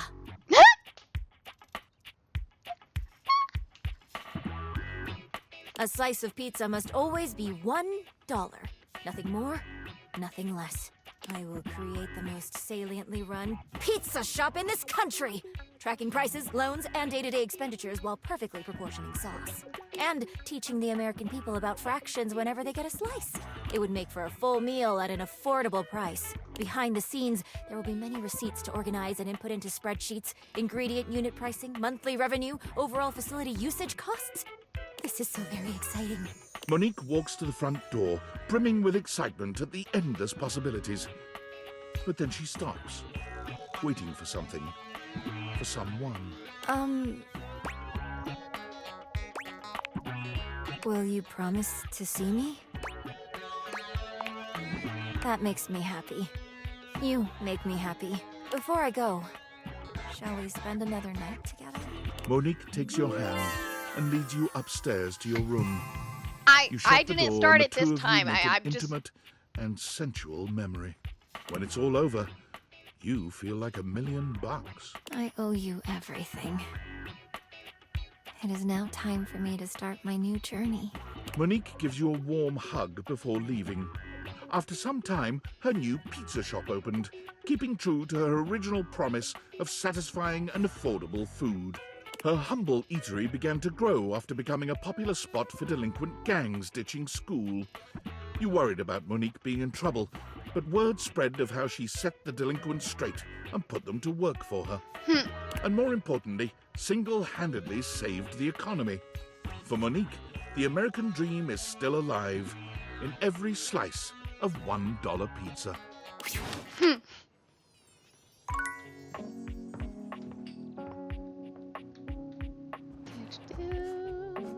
Okay. Dishy and Stefan.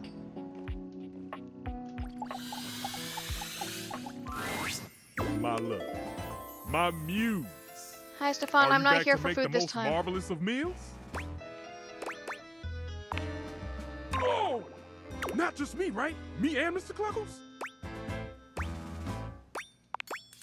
Now you're cooking with gas. Do we have all the necessary ingredients?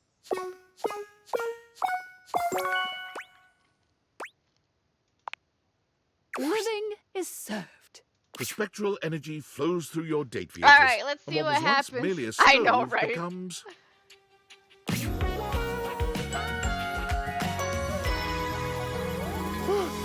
Nice. Not the Guy Fieri shirt.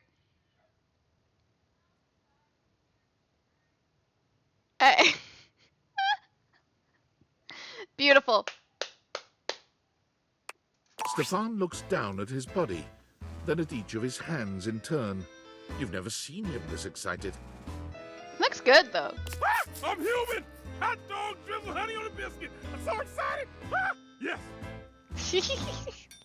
Mr. Cluckles, now a bizarre combination of man and chicken, skitters across the tile, nearly colliding with Stefan as he tries to get the hang of his new legs.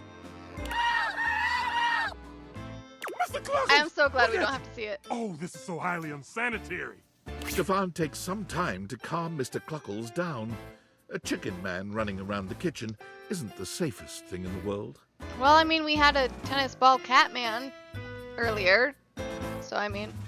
Okay, he's calm now. I think. We are! That means I can go work in a professional kitchen now. But I don't think I'll be cooking chicken anytime soon.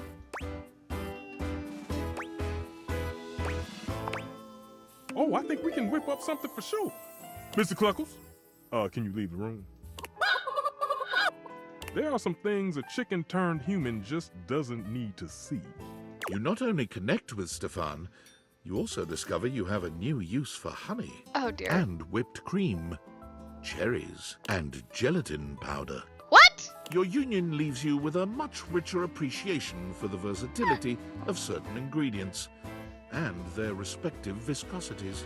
Stefan and Mr. Cluckles strike out on their own. After a quick fix from Skylar to make Mr. Cluckles... What does gelatin powder have to do with anything? However, they quickly find that the real world has its own difficulties. Now a human who can burn himself, Stefan's cavalier attitude around a real stove results in far too many accidents. Uh-oh. Damn, those things are hot. Remembering the joy he felt in creating sushi, Stefan and Mr. Cluckles move to a small island off the coast of Japan, where he submits himself to rigorous tutelage under a great sushi master. Stefan has relearned everything he ever knew about food. He purchases a small hut off the coast, determined to search out and serve only the freshest seafood. Love that. I'm seeing a big one down there, Mr. Cluckles. With Stefan's dedication and Mr. Cluckles' remarkable aquiline diving capability, their unassuming hut becomes a mecca for perfect sushi. Nice. Nice. All right. Oh boy. Greetings, lover.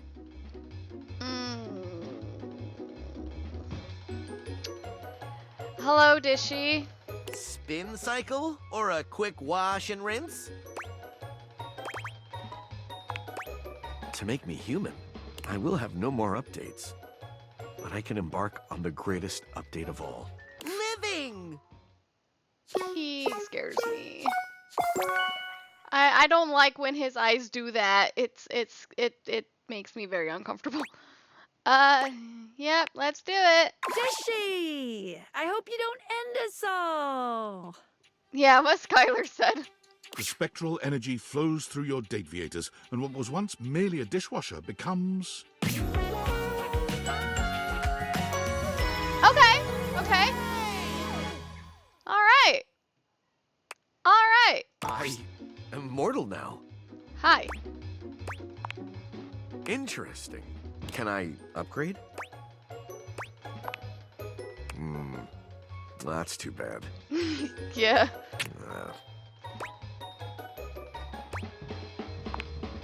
I am going to improve. Oh, yeah, you know, he still very much looks like a serial killer. Please Dishy's don't hurt upgrade me. into becoming human gave him the ambulation that he always desired, with legs to carry him toward further knowledge and improvement. Every task he completes, he does with the utmost care, always looking for the best possible way for it to be done. It took little time for the world to notice this incredibly thoughtful and surprisingly ripped gentleman going about improving everything he saw.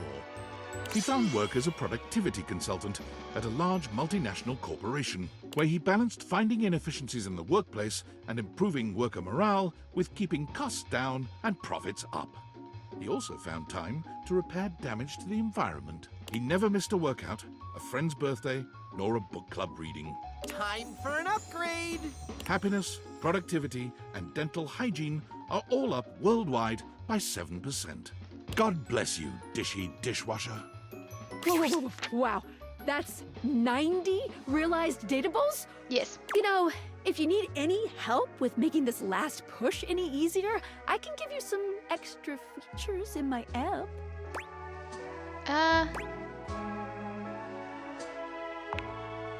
You got it. All right. Oh, what do we got? Oh, it's David Most. Valdivianites. Oh, that's My not... name is Franklin. Franklin Oliver Ivan Least. As you may have surmised, I have hacked the email account of your CEO, David Most. David, if you're reading this, I just wanted to say, I forgive you. Yes, you've done a lot of damaging things, things that hurt me personally, and things that have harmed your employees. Your actions have broken our trust, and that trust may never be repaired. But I also know you were never intentionally malicious. You were under enormous pressure to do what you thought was best to ensure the prosperity of this company, to stop anyone from standing in the way of its success. But now it's time to recognize that the person standing in the way of Valdivian's success is you. You've made mistakes, that's true. But you're still our leader. And now there's thousands of wonderful, hard-working people who are looking for you to set an example one last time. Show them why I was proud to call you my partner. Oh boy. All right.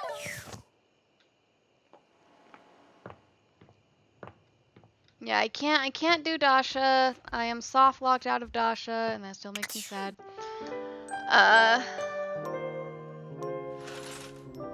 All right, let's start with the app people this time. All right. Mr. Sassy Chap. I had a feeling you'd be back. My love, my one, my only. The devs love you, but more importantly, I love you so much more. Aww! And you're wearing that fantastic red shirt that we created to make more money. I mean fun.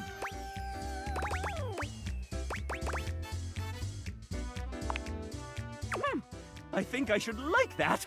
Mascots can't do much, you know, but humans, they do everything. Of course he requires 100 sass points. Sassy Chap, go be a human now. The spectral energy flows through your date I need to know what he's gonna and look what was like. once merely the mascot of the development team becomes... Huh. Oh. Huh. The sassy chap, now a sassy human, gives himself a once-over, tweaking his moustache, tugging at his bow tie, and removing his hat to find that he does, in fact, have hair underneath. I'm a chap. A real chap. I can fit so many things into these pockets now that they're three-dimensional. I'm a little dizzy. Of course, I'm ready. I'm impossibly randy. You don't think this game being a dating sim was an accident, do you? Let's commence fuckery!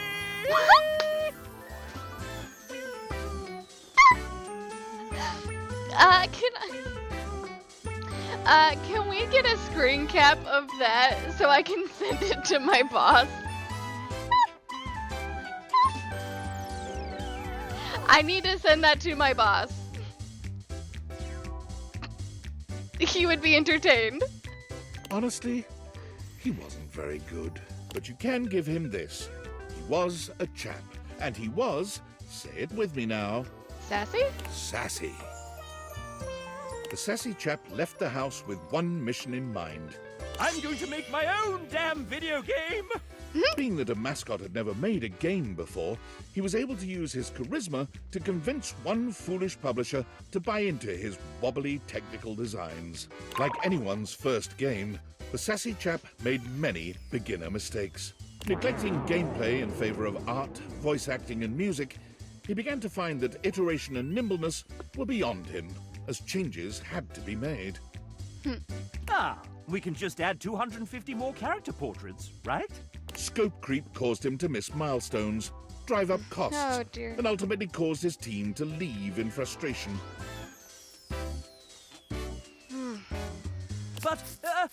But what if you can date the scope?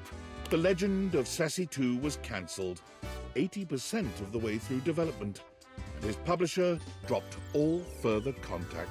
Oh no. This industry does not understand art at all. Oh, I'm sorry, chap. Textbox-chan.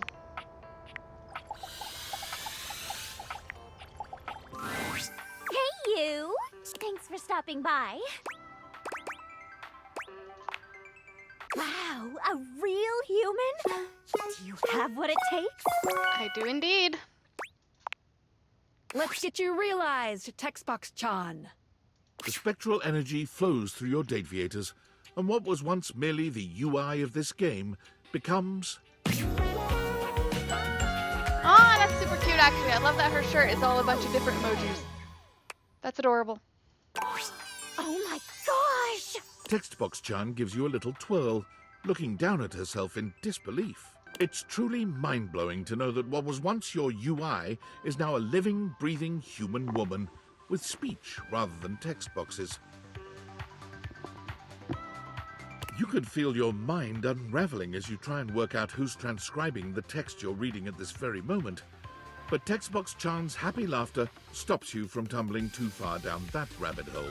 Oh, I can't believe this! There's so many things I want to try now! I don't need emotes anymore! You can read my facial expressions! You can hear my vocal inflection!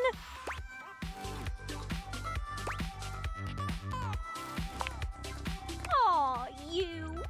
She gives you a sweet hug, clearly overwhelmed with gratitude. She really is adorable. Your words have an immediate impact on Textbox-chan. She covers her face with her hands.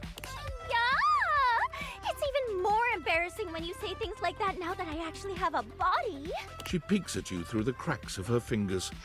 You can see that she's blushing. But, now that I do have a body, if you wanted to, with me... Textbox-chan finds her place in the world within the realm of communications, focusing on localization and accessibility. Her sweet personality and natural charm make her an excellent public speaker. It's not long before she turns up on the talk circuit, educating some of the world's biggest game studios and aspiring indie developers alike. Never leave your font selection for last. You wouldn't just style your hair 5 minutes before you leave the house, would you? Wait, don't answer that. But seriously, your font deserves better than a last-minute selection from freefonts.com. She stays in constant contact with you, visiting when she can. And as always, her texts are full of adorable emotes. All right. Let's see, I can't do Dasha. Titus and Mac still need to hit before we get down to the last of my favorites. All right, Chance, or not Chance, Mac. We were talking to Mac. Ah, the source code of my happiness. The algorithm of my heart. That's kind of an adorable way to say that. Seeing you makes my CPU buzz with excitement. You know, I could really use some sweet, sweet double-clicking if you catch my clever sensual inference. Actually. Now that would be quite the upgrade. Although it would probably negatively affect my chess ranking. Are you certain you want to transform our relationship so substantially? Ready for your next upgrade? The spectral energy flows through your Dateviators, and what was once merely a desktop computer becomes... I think they will still be in a wheelchair. Yeah. But it's still a really cool wheelchair. Fascinating. My body feels incredible, yet my brain feels substantially less... What's the word? Good? You understand what I'm mouthing, right? It's a substantial enhancement. Just Maybe not for their brain. Even so, it's definitely still better than the Hoboken to Atlantic City upgrade. My CPU is nearly overheating just processing the profound implications of such a transformative metamorphosis. It'll definitely be an adjustment not being able to access all the knowledge in the universe at lightning speed. But it's worth it, since now I can truly interface symmetrically with you.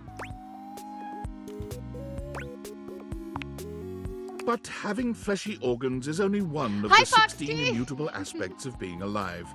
And to truly be You're human, lucky we haven't made it to Mac the would need favorites to acquaint yet. himself with the other 15. Exceptional news, my significant other! After a comprehensive and arduous search, I have acquired an acceptable vocation facilitating the ability to earn a respectable income, just like a real flesh human. Some of these statements from Mac are so odd. Starting next week, I will be the Senior Blockchain Project Acquisition Analyst for the Moneycoin Cryptocurrency Corporation. Oh no, no, not Bitcoin. Even though I may no longer possess the ability to process data internally, I found a home where my years of experience in pointless CPU processing is invaluable. Pointless CPU processing. I'm so proud of you. All right. Let's see. Titus. Okay.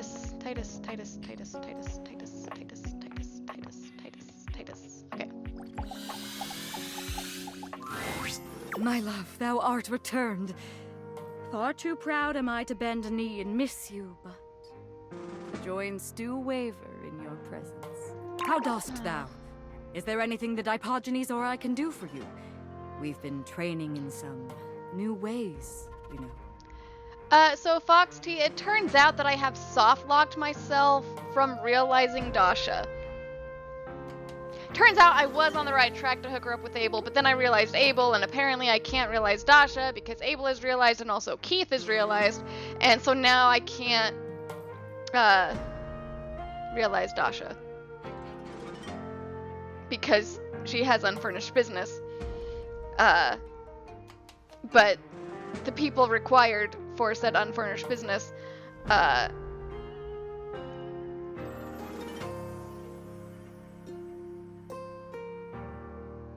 yeah, so woo both and try to realize Dasha first. But make sure you have an ending with Abel and don't realize Keith.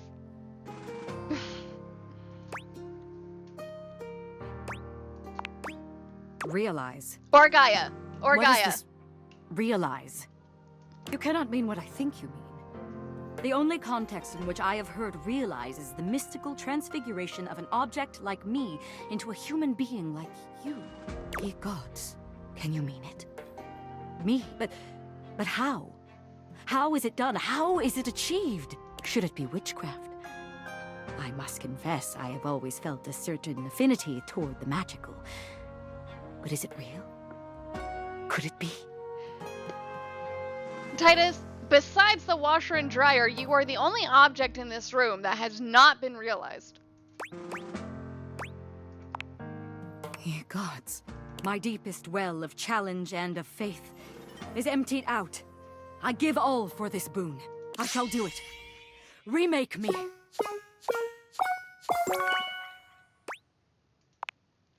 Oh, she looks tough. What sayest thou? Draw thy weapon, knave! Unus, duo, tres, sagittal! Parchment! Curses! How? What can I say? I always see it coming. Anyway, let's do this. The spectral energy flows through your Dateviators, and what was once merely laundry detergent becomes... Oh, I love it! I mean, it's not much different, but it's still pretty. I like the gold. I mean, the pink and blue was nice, but I think I like the gold for her better. Paris curls her hand into a fist, flexing her arm and admiring the muscle she sees. As she notes the bulge of her own flesh and blood bicep, she laughs triumphantly. Big stretch. Okay. My gods. I feel so alive, so powerful, so tall. It was true. From her former diminutive stature as a box of pods, She stands a full 7 feet tall. Yes. If I do say so, yes, I do. Now, what shall we do? Hatch a scheme to dethrone a worthless monarch? No, I'm not gonna get into politics, but Bathe in the blood of our mortal enemies? that sounds fun too. Drink in the sun and enrapture each other in the eyes of the gods! Ooh. You can see the passion and fury in the now very human eyes of the warrior you've brought into this world. She is a soul out of time and a dominating physical presence. You struggle to decide how much to allow her to indulge in her lusts, blood or otherwise. Onward to The conquest! very next morning, before the sun had even broken through your windows, it hit you that Titus was gone. She left the house and began a single-minded search for her goal, the nearest accessible source of single combat. She found it rather quickly, as just a few blocks away from your house lies the Round Table, a battle and burgundy club. It is the finest medieval swordplay / wine tasting arena in most of the state. Titus waded in with both arms swinging and a broad grin on her warrior's face. Perhaps unsurprisingly, she trounced everyone who came against her, including 2 bouncers, a burly waiter, and a horse who was known to have a far too playful attitude towards his trainers. Police were called, but so engaging, so enlivening and entertaining was her performance that rather than leaving in handcuffs, she was hired. She was born from the tiny arena on the few uninjured shoulders in the group. According to her employer, she remains the single greatest attraction on offer at the Round Table, despite her staunch refusal to believe that it isn't real. Real action bears its weight, and I bear mine. So action real by real enacted shines. I am real. It is real. We live, no?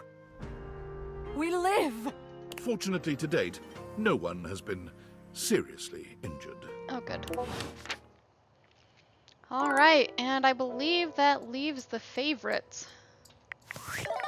We have a Discord, probably from, yeah. I can't believe it. It actually worked. He wants to reconcile. And none of it ever would have been possible without you. Even though you've been a real pain in my ass, I still couldn't have done this alone.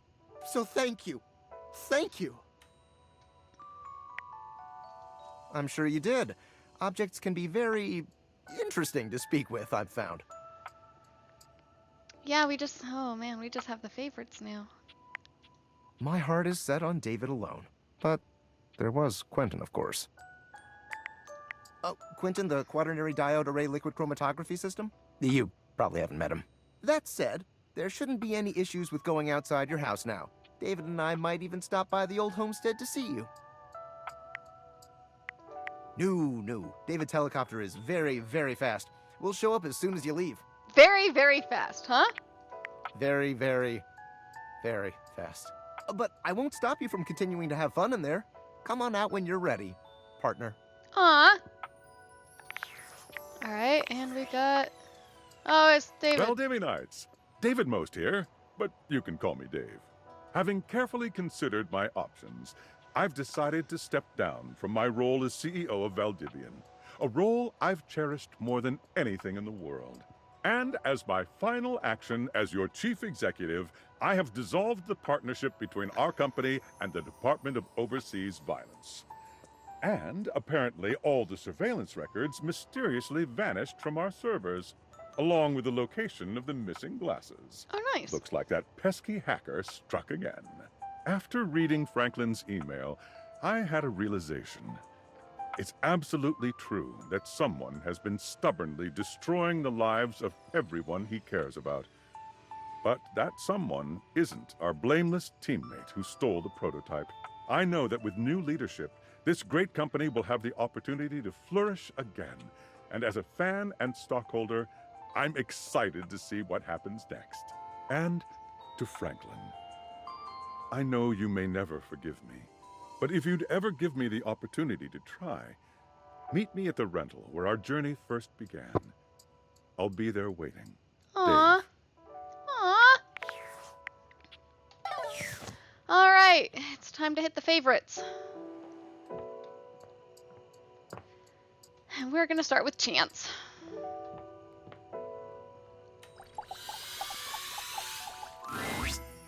Holy crit, you look fantastic today. I've been thinking about you. Maybe we can get into some fun later? I'd love to play a game with you. Don't worry, I'd never play with your heart. Holy crit, really? You want to realize me? That's outstanding! In all my roles, I never thought I would have a real adventure. I take it you have the required stat allocation? You bet I do. Chance, let's start your next campaign. The spectral energy flows through your Dateviators, and what was once merely a 20-sided die becomes... Oh, I love it. I love it. I love the robe. Cloak? Thing? I don't know. I like it. That looks really cool. I love it. Holy crit! Will you look at that? I have taken on a new form. I wonder what my new movement speed is.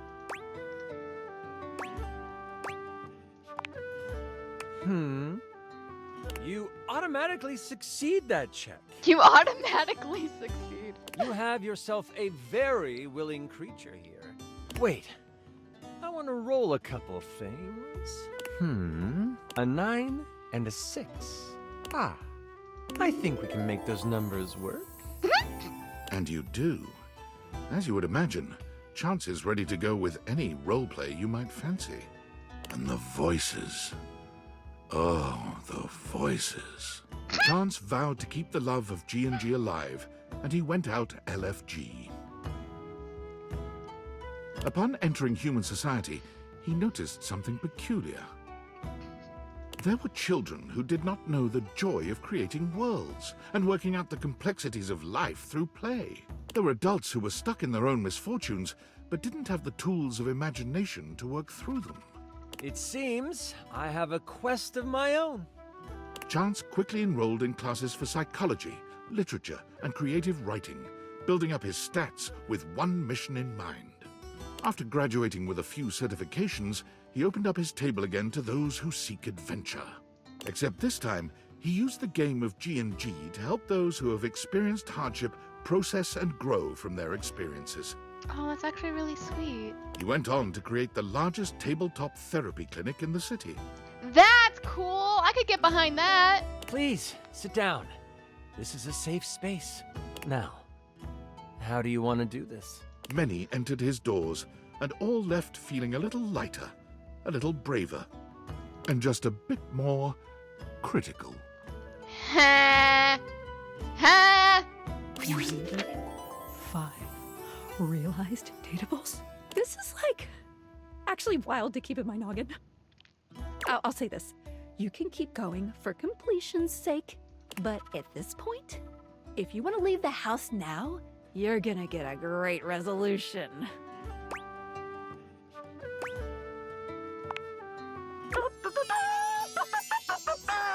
To the end game!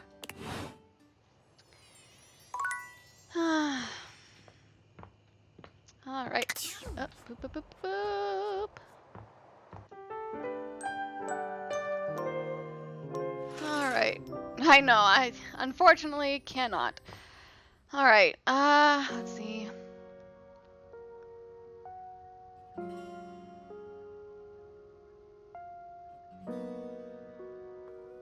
All right.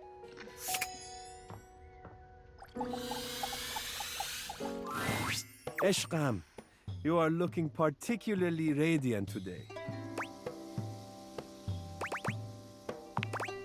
Excitement! I'm not surprised we have come to this moment at last. I have known for some time what a marvelous human being I would make. I will make. Ah, yes, it is time. You have the necessaries?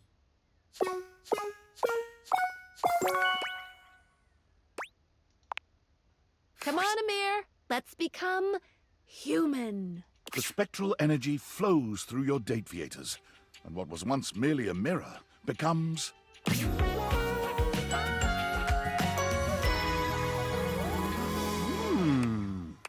Cute. There is no shock, no wonder in the air as Amir takes stock of himself, inspecting his human body in the old mirror he once was.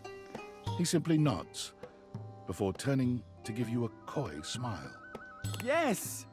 You see, Azizam? I am incredible! Exactly as I knew it would be. It is quite something to have a physical body now to experience the sensations I have only dreamed of until now.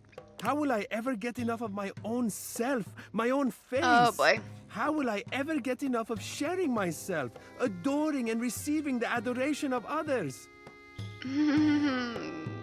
Oh, what an exciting question to ask.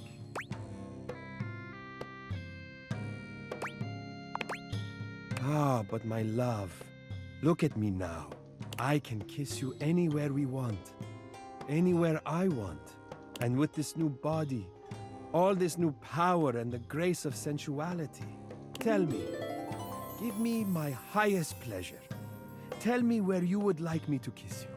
You had far too many answers to this particular question, but Amir, in his loving generosity, took his time satisfying every single one. As so often happens, though, kissing led to so many other areas of exploration and experimentation. I could not be more grateful for you, Azizam. There could not have been for me a better, more loving or more patient teacher. The evening was athletic. The evening was restorative. And in the morning, fresh from the bliss of Amir's love, you wished him well in his new life. Amir, after searching and searching for the perfect way to honor himself and the love he felt for humanity, finally realized his calling. He moved to Hollywood, and after several months of challenging auditions, was hired as a series regular on The Soft and the Sensual. He played the character of Mady, a world-famous race car driver who moonlights as a prominent surgeon and has a bad habit of falling in love with all of his patients. Oh, that's odd. In a case of life imitating art, Amir developed a habit of falling in love with all of his castmates. It was not a problem, as all of his castmates were in love with him too. It speaks to the genuine generosity of Amir's heart that even with all this love running around the set, there was not a single incidence of jealousy. There were no broken hearts. In fact, The Soft and the Sensual became even more famous with other actors and potential crew members than it was with its massive adoring public. Everyone wanted to work on a set where love truly did reign. When it became clear that Amir was the source of this power, he was given his own spin-off show. Mady, Racing for Love, has been nominated for awards in every single year of its run. Alas, it has never won. No, that's a shame. All right.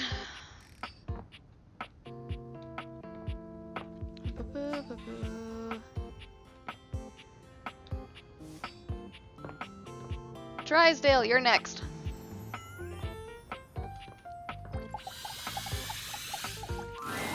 You've returned. And loaded for magic, I Oh, presume. is it gonna make me do both at once? Oh, you better be. If not, I think I'll just burst. Okay, you two. Now kiss. The spectral energy flows through your Dateviators, and what was once merely a washer and dry unit becomes...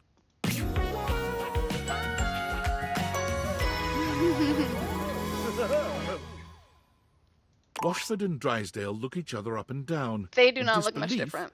And then joy, each examining the other and laughing. Drydy. My God, look at you. Washy, you living god. Look at you. Living? You called me living? That I did, darling. Light of my life. And now, we can truly live together. Drysdale lifts Washford into his arms, the two of them sharing a tender embrace. Washford and Drysdale did at least one thing together perfectly, and now in their human forms, they took to it once more. Not being made of metal made them fly faster and higher than ever before. As an acrobatic duo, they remained unmatched, and they've added several new skills to their combined repertoire. Drysdale took up aerial silks, lyra, and pole dancing. Washford became quite proficient at juggling swords and fire, and together they perfected a tandem trick diving routine. They're currently working on an act that incorporates silk, fire, and acrobatics in a single series of tricks, and so far, only one doublet has been burned to ash. They are hopeful, adored, and they are very much in love. Yay!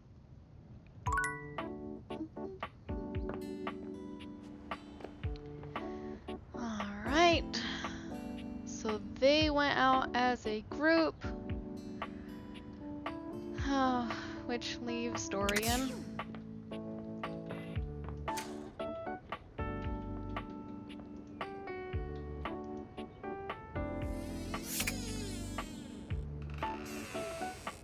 Foxy Wolf is still here, right? I need to summon somebody though.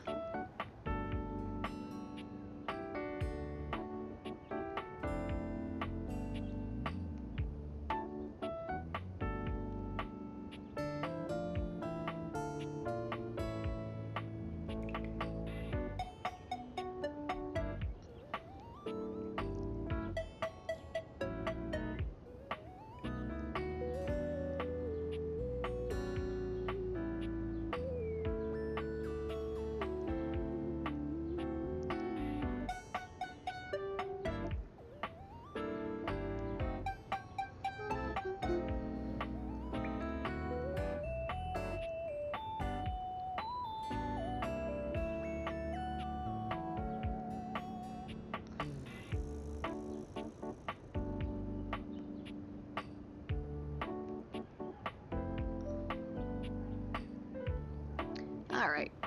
I needed to summon our dear Belleric because I feel like she would come at me if she was not here for this one.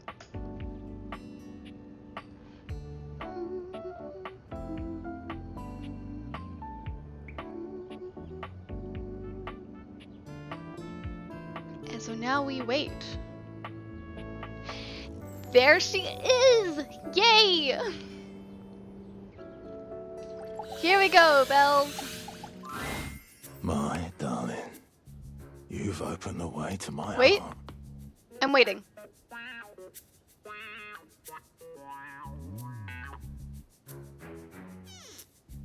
Okay, good. Good, good, good. For Bells, obviously. Come to me. I'm not opposed to it.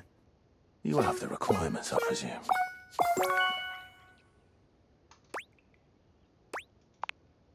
Knock, knock, Dorian. Here comes a whole new form. The spectral energy flows through your Dateviators, and what was once merely a door becomes...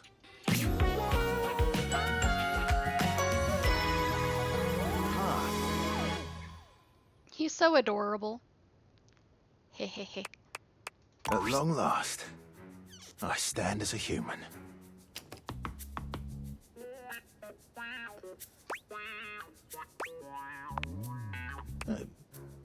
A bit wet. Squidgy. There's something I've been looking forward to trying for a very long time. From out of his pocket, Dorian pulls a jump rope. How that got in there is a miracle of Dateviator technology. Dorian gives the jump rope a firm squeeze, then proceeds to hop in place for around 30 seconds. He stops and looks around. Well, that was quite fun. I think I'm done here. Absolutely it does. I thought you'd never ask. I like to keep it professional. But if you say so, I'm all yours. Dorian may insist he keeps things professional, but he takes to lovemaking with a shocking passion. Gone is the immovable stone-faced door who once guarded the rooms of your house. There's only a warm and generous lover left in its stead. Dorian is attentive and courteous, putting his considerable strength into ensuring your every desire is fulfilled. When he departs the next morning, there's an echo of his old self in the stoic expression he wears.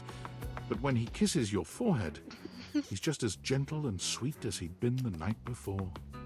Dorian places his hands on the front door frame as he looks back into your house one last time. Indeed. Stay strong.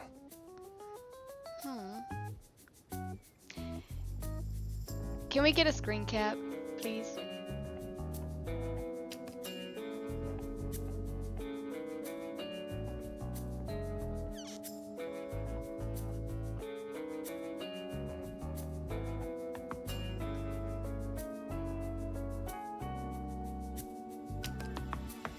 Thank you.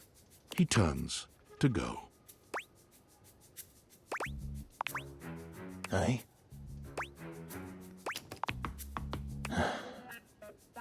There's only one path for me. When you're ready, I'll see you on the other side. Well, oh.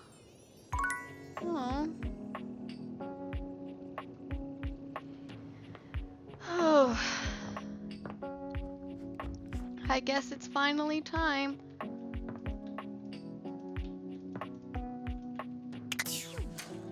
He doesn't open the doors for me anymore.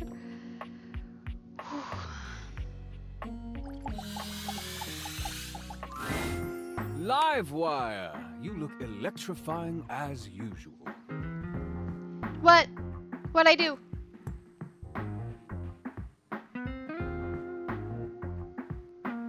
What for? Do we have to blink twice if you want me to throw you out so you don't have to sit through another bad act? May I send over your usual? On the house. That's fair. My pleasure. My apologies. Probably got realized. It's an epidemic. Yeah, there's only you and Skylar and Dasha left. How about another round on the house as consolation? I will still get the achievement for deploying 100 people from my house. There's 102 datables. And she's the only one that's glitched.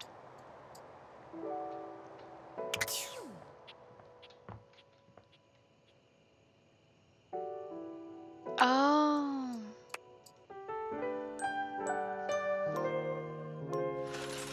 Alright, then we will sleep here. And we will do a save here.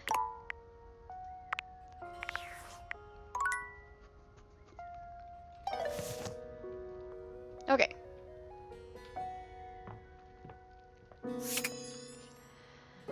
Okay, then we have saved. And now we do this again.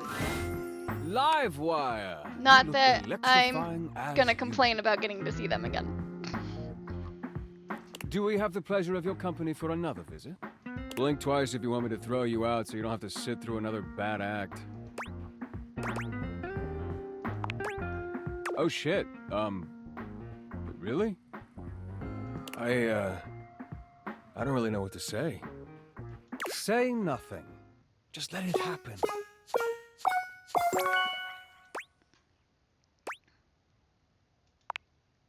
Okay, guys. Time to charge you up. The spectral energy flows through your Dateviators, and what was once merely electricity in a breaker box becomes...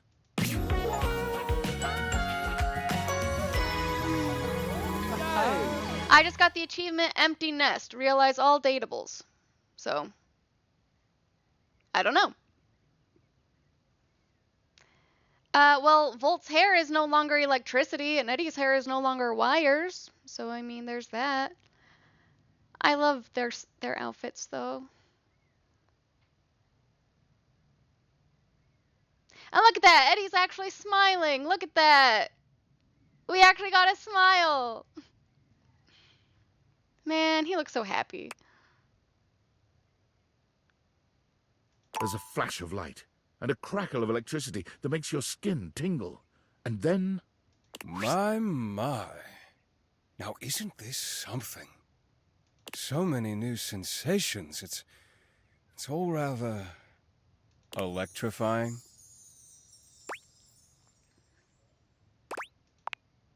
Don't. I already hate myself for even saying it. Oh yes, you can clearly tell by the way you're smiling. Realization must have scrambled my circuits, or whatever it is humans have in place of circuits. Whatever, shut up. I didn't notice that before, but when he blushes, there's a little lightning-shaped scar on his cheek there. Look at him, practically vibrating with excitement. You've given us such a gift, Livewire. Thank you.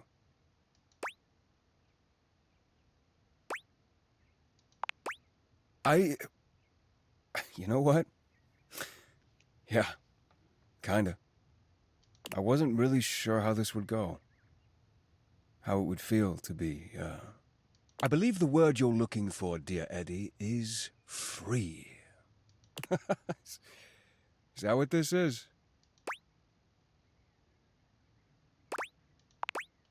Oh, is that so?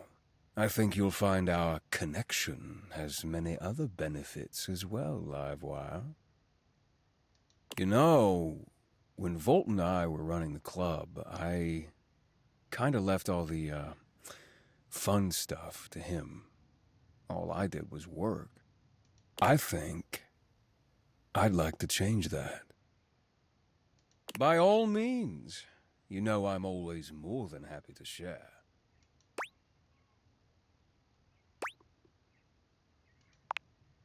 Oh, I have a few ideas. I certainly have some suggestions, but we'll need your help. You up for it?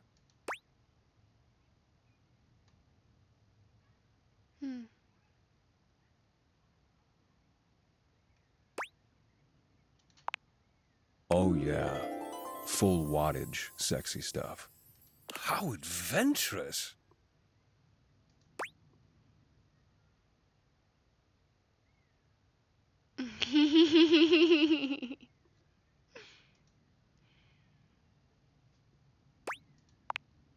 As it turns out, Eddie does not require much instruction at all. The new balance between himself and Volt makes him considerate and daring, while still maintaining his wry charm.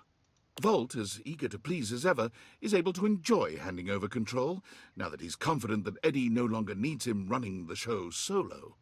They take you to new heights together, as perfectly in sync with your needs as they are with one another. You also feel exhausted, worn out, wobbly, spent, sweaty, and breathless. But those things will pass with a little rest. It takes some time for Eddie and Volt to find their place in the human world. They try their hand at several jobs, but nothing seems to fulfill both of their needs. Construction work leaves Volt bored and understimulated, but working as an MC in a cabaret show drives Eddie to frequent exasperated outbursts and longing for isolation. The two of them wondered over what they might do, determined to find a path in their new lives that reflected the perfect balance they had with one another. It wasn't until they came upon a dilapidated old diner for sale that they were struck by a solution, as shocking and intense as a thunderbolt. Between the endless list of necessary repairs and the uphill struggle to turn a profit at restaurants in this day and age, no buyers were willing to take on such a project. But Eddie and Volt could see its potential immediately. They bought it on the spot. The repairs filled Eddie's days and his soul, while Volt took care of staffing and marketing for their grand opening, which was, naturally, a roaring success. But looking around at all their hard work, neither could help but feel disappointed. As it turned out, the fantasy of running a diner was far more exciting than the reality of it. What they both truly craved was the challenge of getting it started in the first place. It was then that Volt had his own brilliant idea: sell the place and find the next big adventure. Volt's charisma and passion made him a natural realtor. The diner sold in one day, well over asking price, giving them plenty of cash to invest in another property Eddie had his eye on. Finally, they knew they'd found their place. High Voltage Realty I think you mean was a born volt about a of week brilliance. later. Eddie restored old and unloved properties, and Volt sold them with his inimitable flair and pizzazz. Whenever they get a new listing, Eddie and Volt invite you over. You were so indispensable with the breaker box, after all. Your opinion continues to mean the world to them both.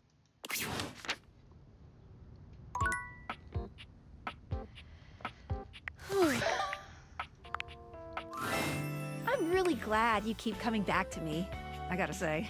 Being the tutorial lady means that people usually like to ignore you.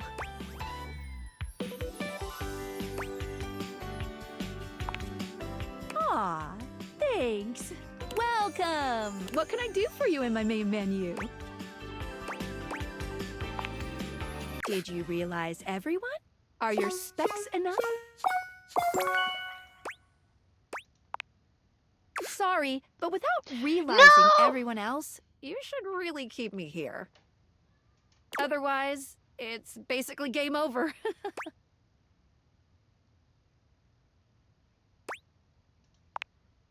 Oh, all right. Then let's get this started. Yeah, Dasha's glitched, so it won't let me realize her because I already realized Keith and Abel, and apparently that soft locked me from realizing her. So, well, this time, let's do it right. The spectral energy flows through and around your Dateviators, and what was once the Dateviators themselves becomes...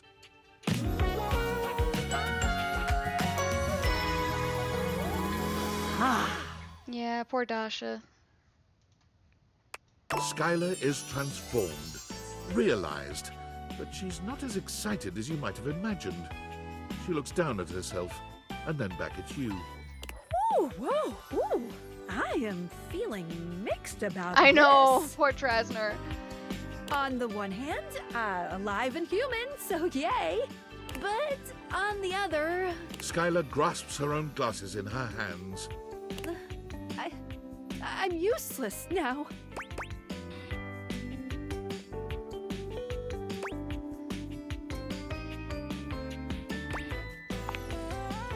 No, I don't think so. I'm not an inventor. I'm just good at making connections.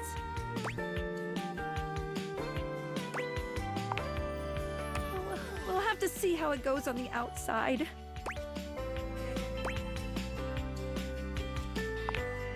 Before I go, let me just stick one last portrait on the bulletin board. Okay, that was the last one. Who isn't me, of course. You ready for this? I'm getting nervous. Whew. Yeah, I can't open the Dateviators anymore.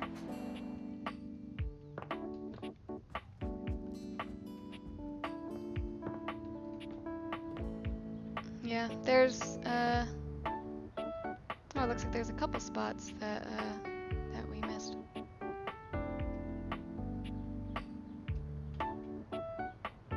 Well, there we are.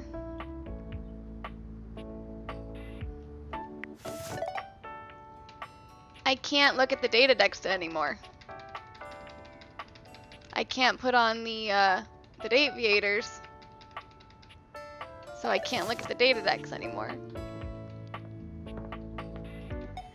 All we can do now... There's nothing left to do.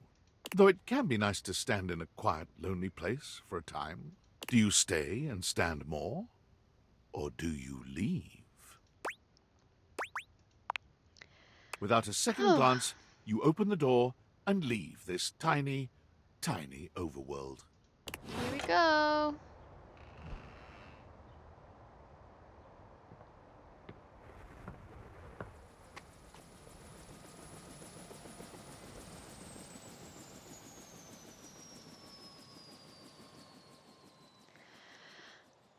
Okay. There he is, billionaire David Most. You've seen so many photos of him, but no photograph has ever accurately captured the experience of standing in his presence. All I have in my head is that ASDF clip. Hi, I am David. He's short, although he still manages to feel like he's taking up more space than he deserves. He looks a lot But where he's usually looking happier rather unapproachable in the than, pictures you've seen of him, last today time he I looks talked to him. downright cuddly. You've done it. you brought me and Franklin together. Oh, he doesn't hate me. That's good. A tall, thin redhead steps forward, taking David's hand in his. There is a very tired air about him, but he has a smile just like David's now. It's me. I'm Tinfoil Hat. I look like this. Aren't I cool? Hi, Franklin. We love each other very much, and we're just so grateful for your help. I told him. What was the first thing I said? He said, I made the damn things because I missed you so. Well, I did miss you so. I didn't realize how much I missed you. But now we're together. So together. And so back in love. So in love with you, David, most. Oh. I will kiss you now. Oh, please do.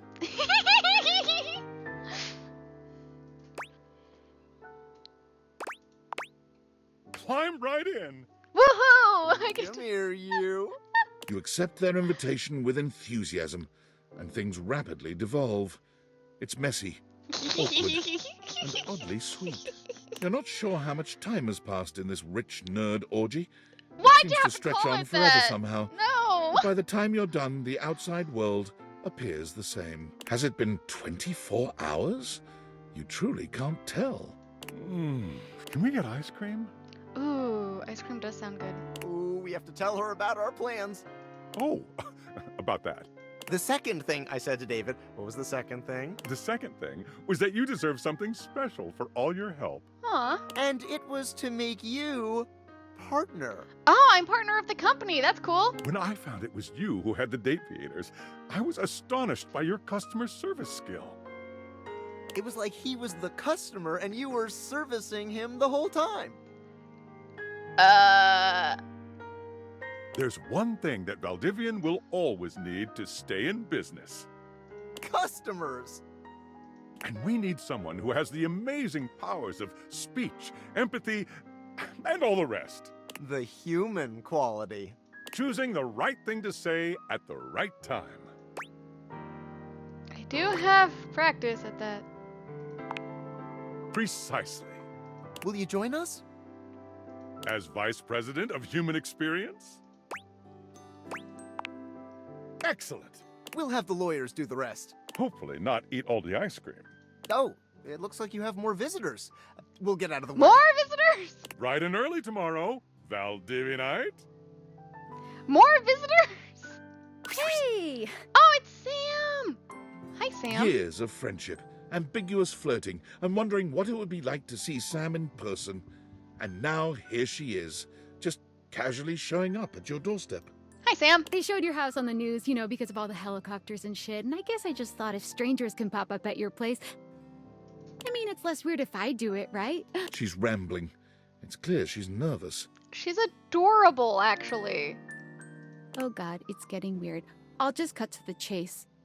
I really want to kiss you. Can we do that? Yeah.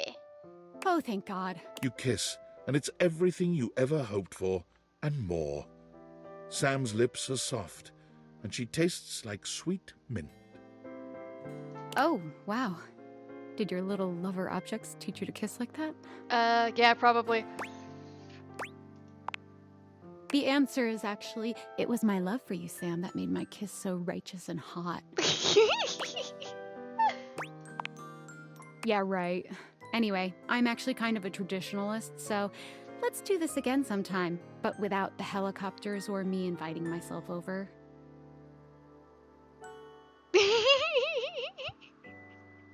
Foxy Wolf, what do you mean? Invite me out for a real date, okay?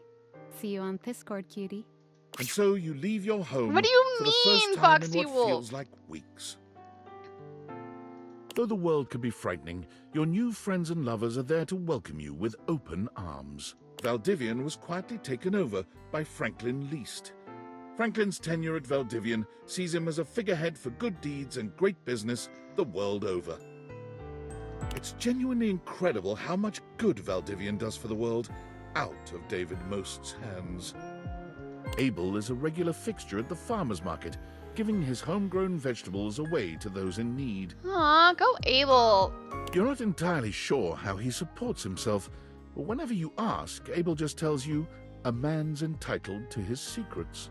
Abel's veggies regularly find their way to your kitchen, hand-delivered by the man himself, with a smile and a warm hug. Aw, Abel. Erin continued her storied career as an auctioneer. Oh, look, she with her has uninterrupted clothes. chattering bringing the highest prices, no matter what was being sold. They gave her clothes. Ah. Look at that, she has clothes. Which also increases the value of your own time together. You know, Foxy as she Wolf, I'm going to breathlessly take that recites as a the very high reasons honor she coming loves from you. you. Amir never stopped attending the award ceremonies, as it always gave him a chance to show off his fabulous gowns. Eventually, a special category, most times nominated without a win, was created, especially for him. Unfortunately, he did manage to lose that as well. Amir's only consolation is the visits he makes to your house. He has never stopped loving you, and being loved by you is better than any award. Almost. Oof, on the almost. Because of I his have no propensity idea. to wander the museum, gazing with wistful eye upon the paintings to which he was so intimately connected in his former existence, Art became the unwitting subject of a great photographer. Art's new very favorite thing to do is to bring the photos of which he himself is the subject over to your house. Discussing art with Art, who is the art, well, it's so metas, it's marvelous. Now and again, Arma would invite you for a night at her remote lookout tower to get away from it all and enjoy the peace and quiet. When you visit her, the glint of the medals she's won fighting blazes all across the country can be a little blinding.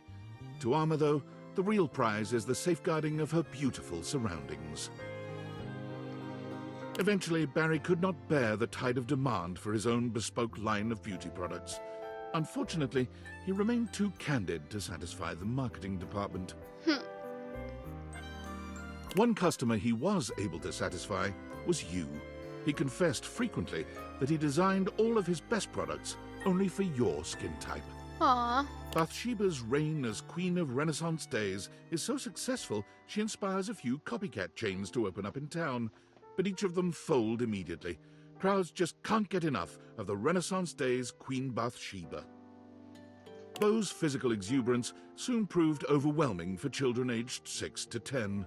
Uh-oh.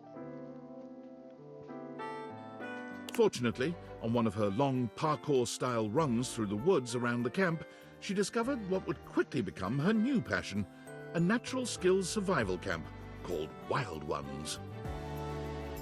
She learned to start a fire, build a shelter, hunt and forage food. She naturally shared all of this with her own young campers. Benoit's advocacy catapults them into true superstar status, culminating in a merch line that consists of t-shirts, plushes, lube, and naturally, sex toys. They send you a sex toy plushie for your bed, reminding you to keep it safely unsafe and never forget your first. Betty's near instinctual ability to help people comfortably and safely find their sexy side soon leads her to Hollywood, where she takes up a second career as an intimacy coordinator. You're excited to see her name in the credits of some high-profile releases. Look, I love me including some an plushies, award-winning but that's not the adaptation kind of a plushie I beloved would want. fantasy novel. But even booked and busy, Betty always makes time for you. Aww. The Tipsy Tumbler became famous for Bring Your Own Ingredient Nights, where local patrons can bring whatever food and drinks they like to try to stump the master mixologist. Beverly has never failed, and has created a hurricane of new custom cocktails named in her honor. Bobby is Employee of the Month for the 3rd time in a row. They try to rationalize this as them finally being good at crime, but both of you know better. Bobby comes by to see you often, relieved to be away from their adoring public. It's just so hard to be popular, you know? Okay, Farina. Sometimes it takes them a little while to drop the 20s affectation their work requires, but they deeply appreciate the safety to be themselves with you. Bodhi's consulting work has made him a regular fixture on the awards circuit, including the Emmas. He normally makes a splash on the fashion pages for his daring and colourful ensembles. I just love all the nostalgia happening in this picture.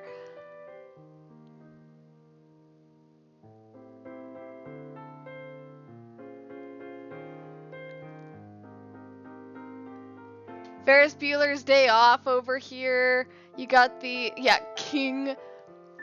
Like you got is that a SNES? That's okay, that's the original NES. Okay. And like, you know, Polaroid camera and like the oh, what's it called? This thing. I forget what it's called. But like, look at all this. The Pac-Man shirt, yeah, Viewmaster, the Pac-Man shirt, the Rubik's Cube, the Walkman, the radios, the VCRs, like, yeah.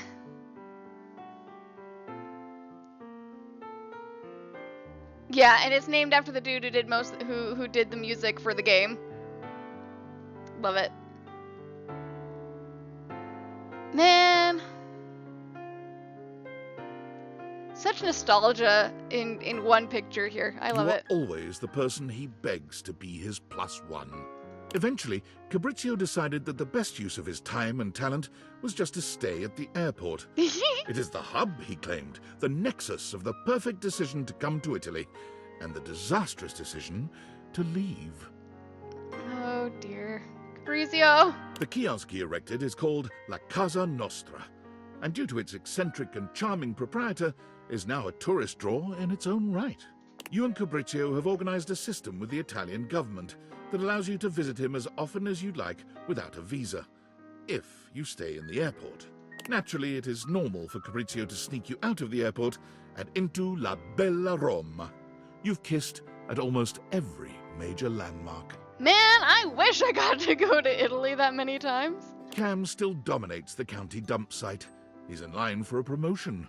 Regional Refuse Regulator. An office job. The fact that he's got a pet raccoon makes me so happy. I actually had a coworker at my last job who usually was on the trash run assignment, and so we called them Trash Panda.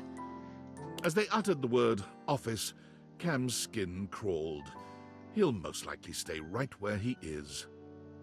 He's even created a cozy trash cave for your love visits, whenever you happen by. Florence and Celia end up both running for the same position in a local township, in a bid to squeeze out the competition. To their surprise, Florence wins the election. Nowadays, Celia is the one running things from behind the scenes. She's having a nice time taking a break from the public eye. Florence is just glad she gets to relax. I love them so much. Look at this one. Look at it. It's so precious. Jeremy is currently holding down just one job, for the moment anyway. She found work at a year-round Halloween costume house as a demonstrator. Every day she goes into work to find out what she'll be wearing that day, and even though this is not strictly included in the job description, she creates an in-depth and engaging backstory for every character she portrays. Cute. Despite his name, Chance did everything for his community, deliberately and lovingly. He became so well known that his patients urged him to start streaming his play sessions. He's just begun, though he can't imagine that anyone would ever want to watch someone playing G&G. Heh. When he develops his campaigns now, Chance routinely drops by to consult with you. He claims he's never had such good or such pleasurable input on his creations. As the sassy chap sulked in the corner of a bar the night of his proposed video game release date, smoking his bubble pipe, the witty insults he threw at the other customers got some big laughs. He can be found at all the glorious salons around Europe, dispensing wit as easily as he spends other people's money. He spends yours just as lovingly. Connie has turned from voice acting into game development. Her current project is under NDA, but sources seem to claim it's The Legend of Sassy 2. In a loving gesture, she's hired you to voice her star character. Aw, precious. Rod is currently racking up the nominations and is looking to return to comedy soon. Kurt is currently writing the televised roast of Rod. Everyone expects it to be the announcement of a new joint project. They both deny it, of course, but it is. I actually really like this picture. They look like the gremlins that they are. is always standing behind you, protecting your every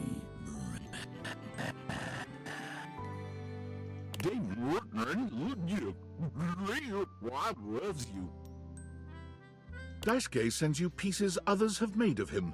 Your home is beginning to fill up with beautiful drawings, photographs, and sculptures. There you go, Anzakal, just for you.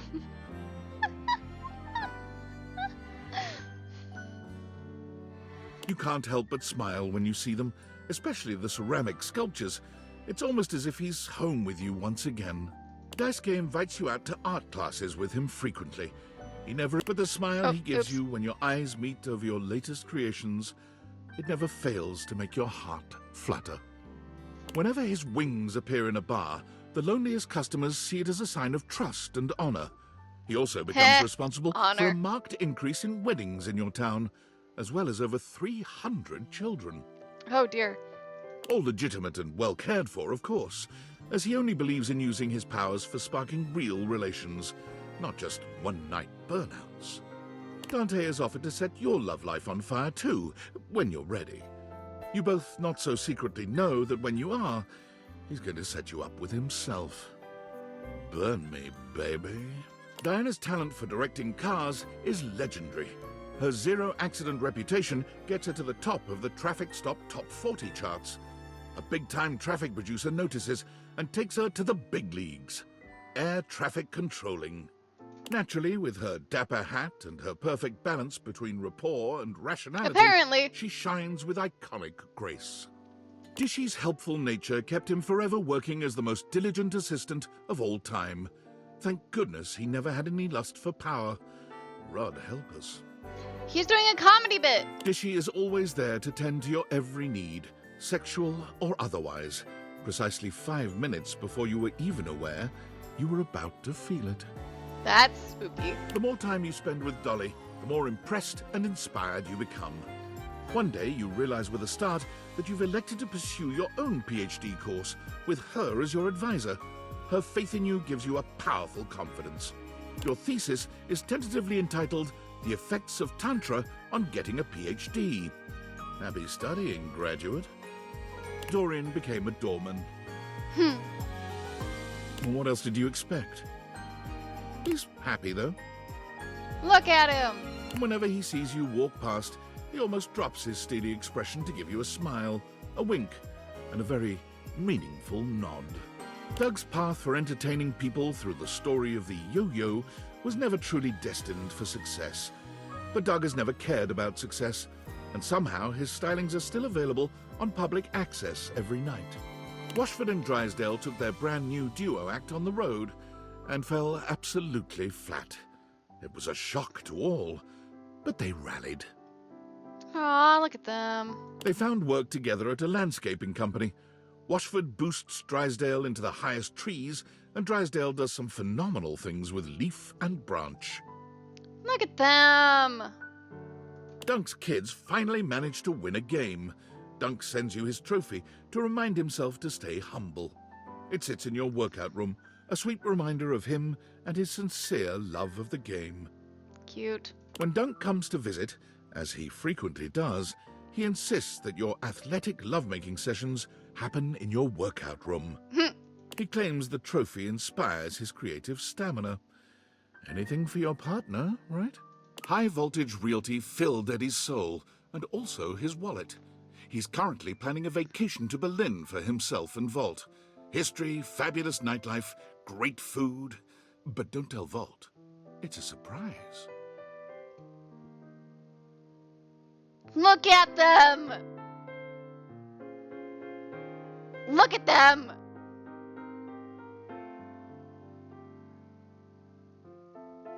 Sorry. Can't help myself. Eddie comes to your house to check on the electrical system from time to time. Aww.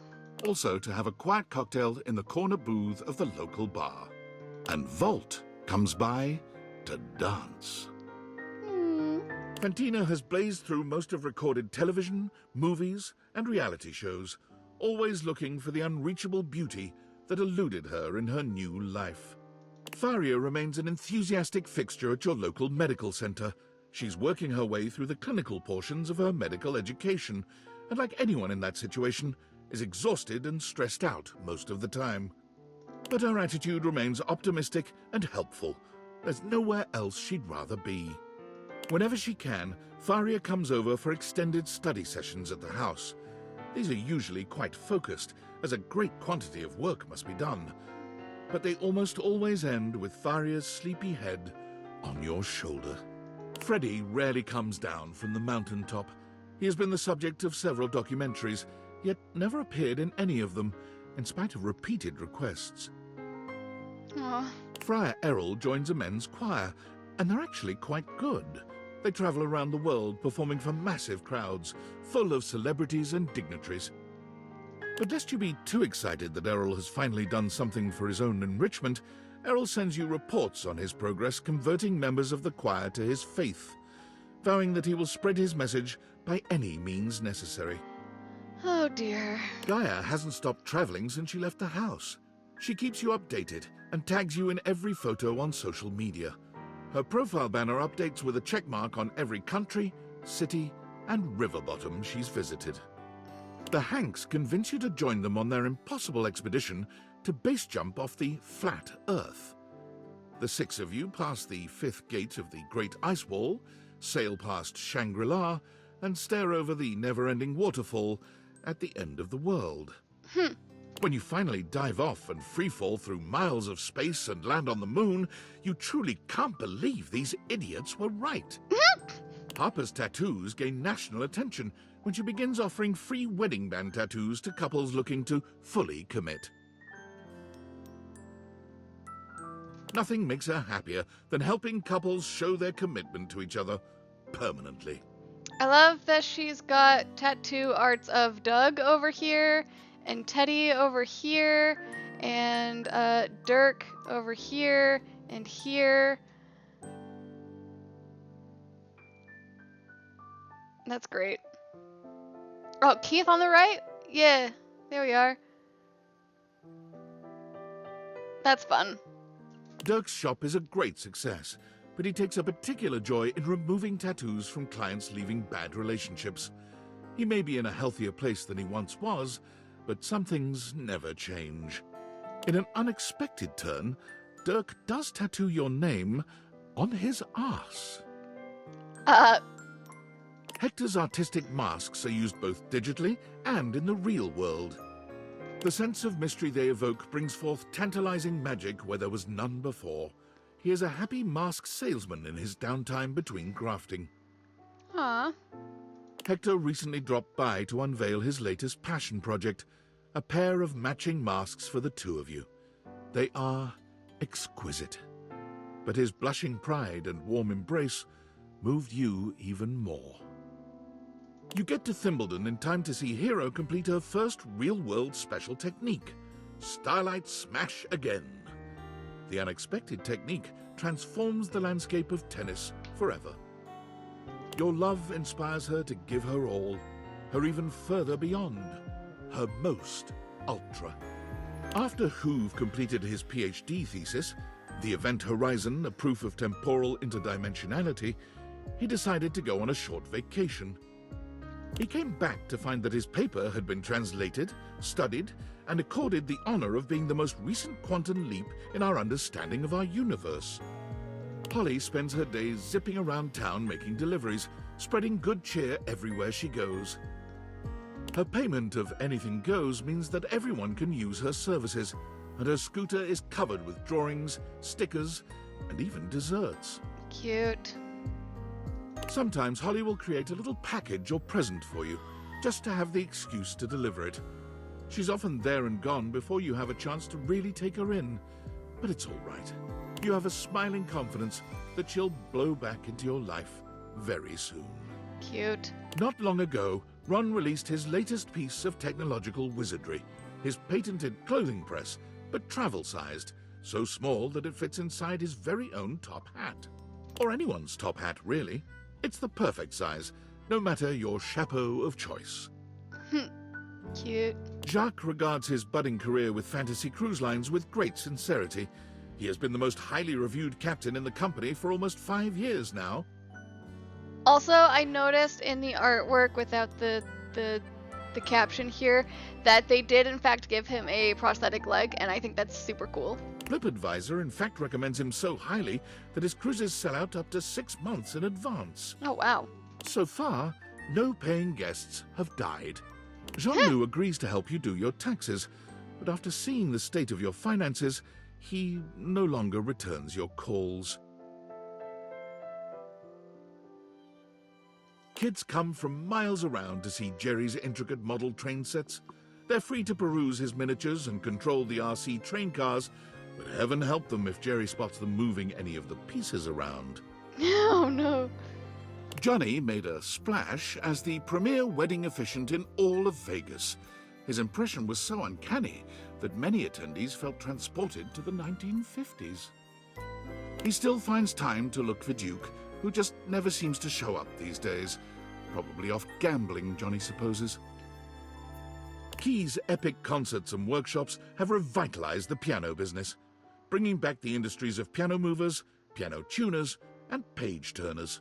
Aw, brilliant. Her content has millions of followers, though she is yet to find out how much popularity she has, since she hasn't been able to tear herself away from the keys for more than a few moments each day. And those few moments are always spent with you, talking about music and making plans for more. Keith's body was never found.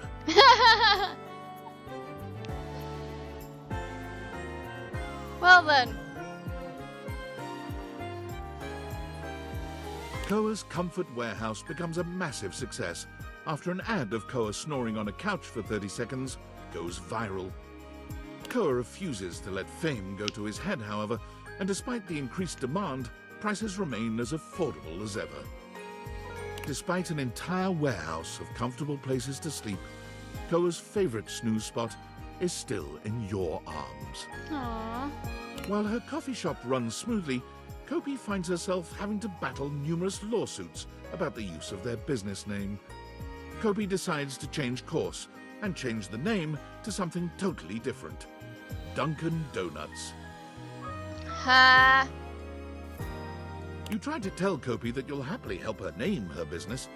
It doesn't seem to be her strong suit. She's just so flattered by your interest that she blushes and hugs you harder. You suppose that's all right, too. Ah, Kopi.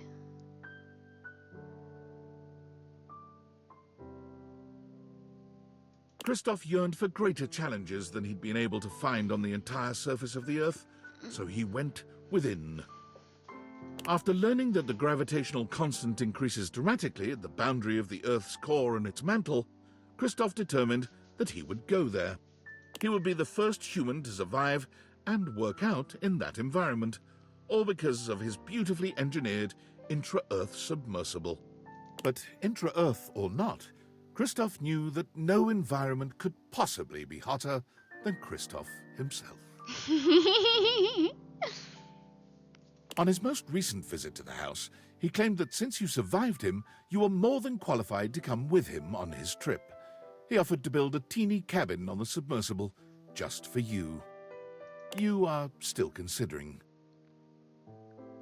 Memoria's company Memorandum continues to satisfy and unsettle.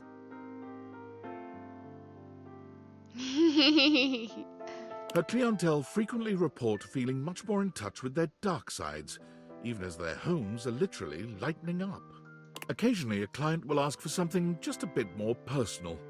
You can always count on hearing from her under these circumstances. The two of you are an on-site team when it comes to the sensual exploration of the shadow. Lucinda Loving volunteers as a role-play facilitator for those suffering from identity crises, but she spends the majority of her time at the monastery, offering free advice for those looking to find their true selves. Good for her. Also, I love that outfit.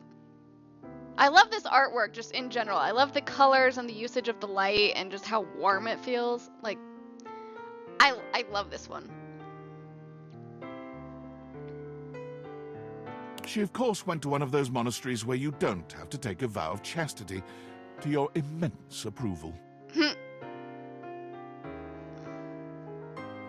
Luke returns from abroad to meet you from time to time, bringing you stories of valor and exotic toasted treats from lands far away.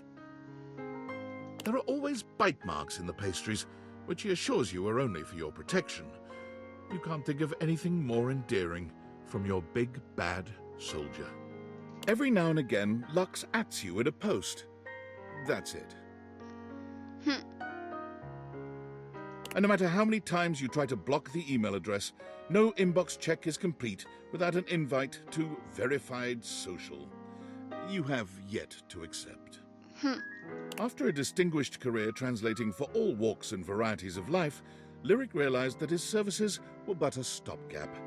So he turned his immense talents to invention and built the Transworder. A fantastical combination of the printing press, the assembly line, and a bit of steampunk magic, the Transworder takes any book, in any language, and translates it, with all the intention of the original author to the language of the user's choice. He has just completed the translation of the Bhagavad Gita, which apparently is quite a bit funnier than anyone had yet deduced.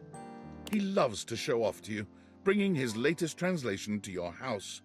His favorite thing is asking you to read them aloud and devolving with you into goofy laughter at your pronunciations. Feeling silly has never felt so lovely. Aww.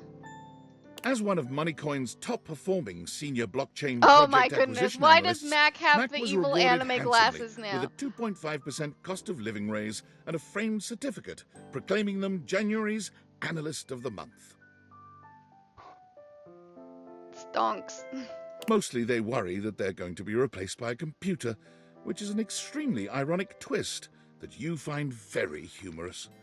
Although at night, when you're in your bed, you find the irony disquieting. When you feel the disquietude, though, you simply roll over to Mac and they stroke your hair. All better.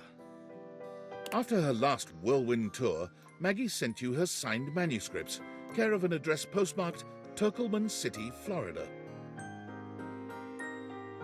Together with his inanimals, Mateo now runs an international secret rescue network for abused animals all over the world. Aww. So far, he has shut down 4 dogfighting syndicates, a sales ring for exotic parrots, and a chain of backwater circus houses.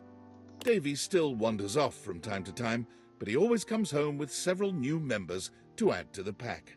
Aww. Recently, Mateo had to go on a rescue mission overseas, and bringing his inanimals was impossible. You thought he'd called to commiserate, but he was actually asking you to watch over them while he was gone. You have never felt more trusted or more loved. Whenever you and Mitchell find yourselves in the same city, he treats you to the kind of meal most mortals can only dream about. But he always leaves room for the main course, Roast Critic. Roast Critic. Yep, this is a where are they now that we've finished the game. Mikey and his children spend their days together learning, laughing, and loving each other's company. The world is open and free for their futures. Look at him, he's such a good dad. Look at this. You and Mikey always find time to talk on the phone and wonder what will happen next for the Transaction family. While it never replaced fiat currency, Monique's Pizzas ended up becoming a franchise that was sorely needed for America's ailing middle class. And whenever she sees you come in, she flashes you $1 million smile and lets you know that there are no discounts, even for lovers. A large film distributor buys the rights to Nightmare's most popular films, setting about remaking them with massive budgets.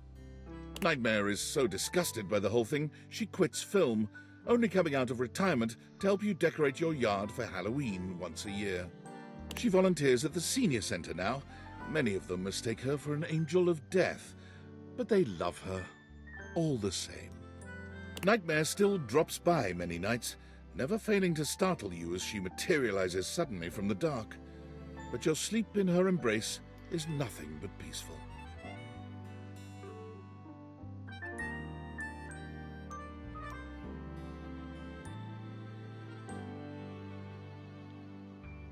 Huh. After many record-breaking years of album releases and performances, Miranda Dulcita Tostadora launched her own label, Crispy Baby Records. Crispy baby!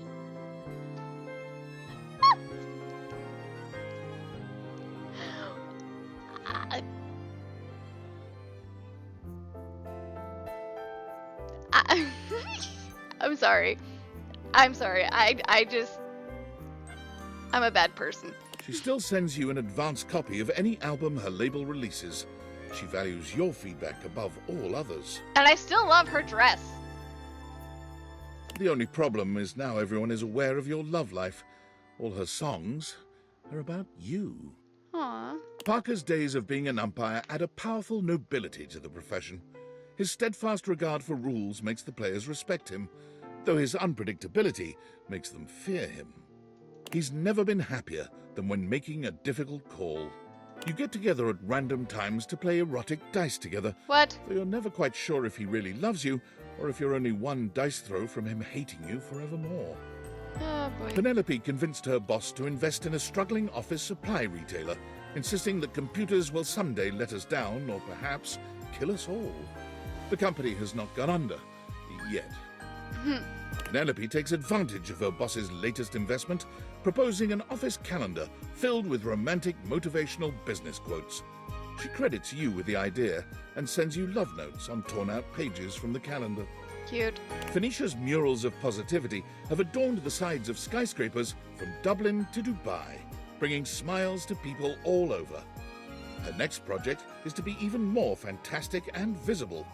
Crop circles. So that's where the crop circles come from. It's just Phoenicia. She always wants to paint you to prove her love, but you always reply that love is best expressed by doing your favorite activity.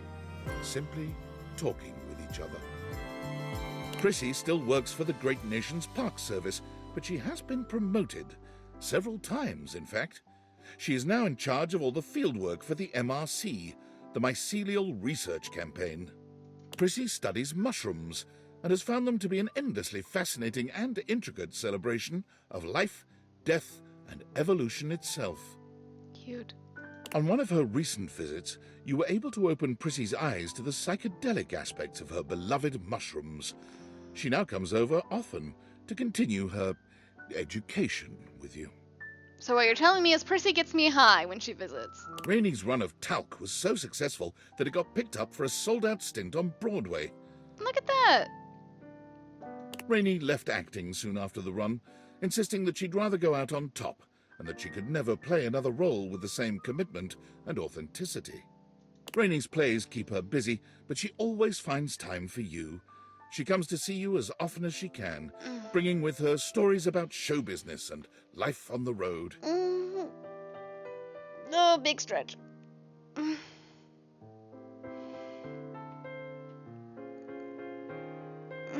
Okay. She sings for you when she's in the mood, putting on fabulous world-class and personal performances. Aww. Graduates of Rebel's unincorporated charity home found their GPAs stunningly high, athletics through the roof, and more importantly, lots and lots of dates. Go, Rebby. The number of hate crimes You're around not the world has gone down ascending, You're tremendously just due to dehydrated. Reggie's tenacious tricksters. Groups are terrified of banana peels, hand buzzers, and whoopee cushions. Hospital.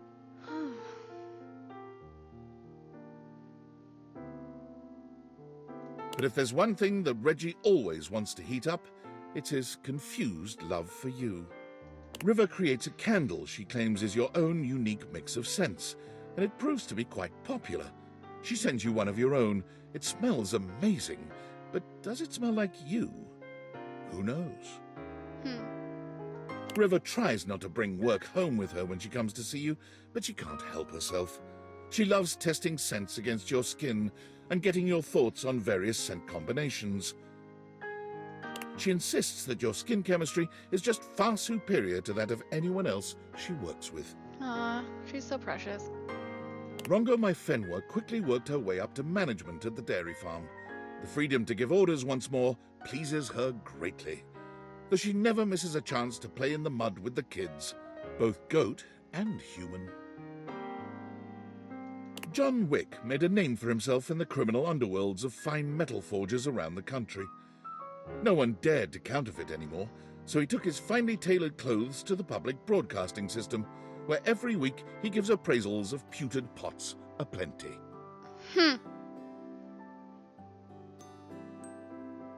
So enamored of Dear John have you become, you suggest the ultimate vulnerability, adopting a dog together. No, they did not. Fantastic. John looks at you through grief-narrowed eyes and indicates that no, that would not be a good idea. Skips gives you comps to every performance of every show. Some nights, as the lights go down and the play is about to start, you swear you can hear him whisper, "Luna Knight, is that you?" The stage door, after the curtain comes down, is awash in fans waiting for the actors to emerge. You wait alone for the one slippery shadow who drifts through the crowd. To your eyes, the real star of any show. And he drifts right towards you, every time. Aww. Shelley finds a way to combine both her passions, putting on the library's first bodybuilding competition. The winner receives a $20 gift card to Beanbucks and all their library fines wiped out. Nice. The competition is a rousing success, going viral on social media and ensuring the library's funding remains secure for years to come. Of all the things Shelley lifts to stay in shape, you remain her favorite. She stops by the house frequently for bone-crushing hugs, basking in the positive glow your love provides. She's still getting used to letting go, even as a human, but you always make her feel safe. Sinclair, the proverbial philosopher king, led humanity into a new era of prosperity. Despite having disappeared off the grid after the thrilling and dangerous heist, you are still pleasantly surprised to receive anonymous postcards affectionately addressed to my worthless little wretch. Thanks. You're the only one who gets the address to whatever bunker she currently resides in. Stefan and Mr. Cluckles eventually become the faces of a successful artisan seaweed brand, though Stefan is rather miffed when he realizes that customers are more attached to Mr. Cluckles than to him. Stefan, of course, had no real reason to feel miffed. Mr. Cluckles is cute, but Stefan will always be the true hottie to you. He has burners, for God's sake. Stella brings a fresh perspective on streaming and brings in viewers by the millions each weeknight, though she knows that those viewer numbers could always be stepped up. Stepford frequently sends you motivational Monday texts, often at ungodly hours, with photos of himself working out, body paint and all. Telly is the most prolific blogger for Valdiviflix, having written reviews of just over 15,000 shows. All of them rhyme. From time to time, you check in on him in his screening room and talk long into the night about what he's watched. In all the years since Teddy has taken up residence at the Bean, the only thing that has changed in his life has been a very slight relocation of seats due to drafts. At this point, it should go without saying, you have always been and will always be Teddy's favorite, and he will love to let you know it for the rest of his days. In addition to keeping busy with her localization work, Textbox-chan joins the board that governs the adoption of emojis for text messaging, the UI Code Consortium. Most recently, a pair of glasses suspiciously similar to the Dateviators have been added to your phone's keyboard. You can't help but smile fondly when you see them. Textbox-chan makes time to visit you whenever she can, but when she's gone, she texts you frequently, and she never misses an emoji. Timothy's work at the train station nets him international acclaim, and when he travels to Japan to connect with his colleagues overseas, his presence causes quite a stir. Timothy is honored with a limited edition Tokyo Metro card that sells out immediately, and 1 year later, Timothy merchandise is available in most Tokyo Metro stations. Love it. Timothy returns from his trip to Japan with kawaii souvenirs and many, many stories about the perfection of Japan's timely train system. But as much fun as it was, Timothy can never be too far from you for too long. Tina's TV career takes a disastrous turn when she goes too far even for a reality TV villain. Oh dear. She returns home for a few months to stay out of the public eye, inviting herself over weekly to watch TV on your couch and complain about her former co-stars. No, get out of my house! Fix-It Tone is so popular that Tony merchandise is now widely available in all retail and grocery stores. You can't go anywhere without seeing Tony's face smiling at you and reminding you that whenever you start to overthink matters of the heart, hey, forget about it. Tony finds refuge in your arms when he comes to visit. It's so exhausting being a love expert and being expected to have all the answers, which he does, obviously, but he appreciates that you just let him be himself. Her performance at the dinner show got the attention of a recruiter, one who worked with an anti-whaling organization. Though she feared water, Titus decided there was no greater cause than to protect those who couldn't protect themselves. Oh dear. After a few months at sea, keeping the whales safe from the scourges of the ocean, she found her own ship attacked and wrecked, with 25 other crewmates adrift in a life raft. Her impressive resolve kept her crew alive, but most importantly, never once did they get wet nor soggy. Her resting hero face kept the waves frightened and at bay. That's not how that works, but okay. The moment she touched dry land, Titus mailed you her logbook, her precious journal of every day and night on the perilous voyage.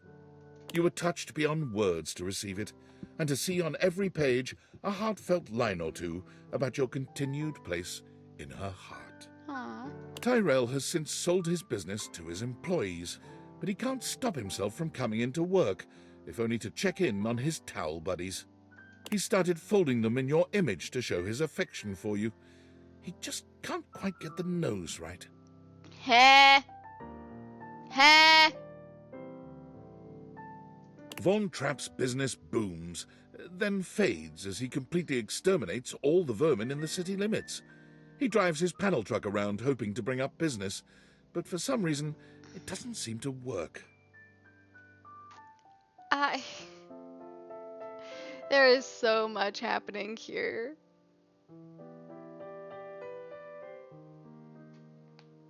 Wallace helps the town cross the street each day, holding his sign aloft for all to see. Go, Wallace! One time, he looked at an oncoming truck in such an intense manner that it crumpled into a pile of scrap metal. The driver was unharmed. The fact that the vest doesn't fit him, though, is really funny to me.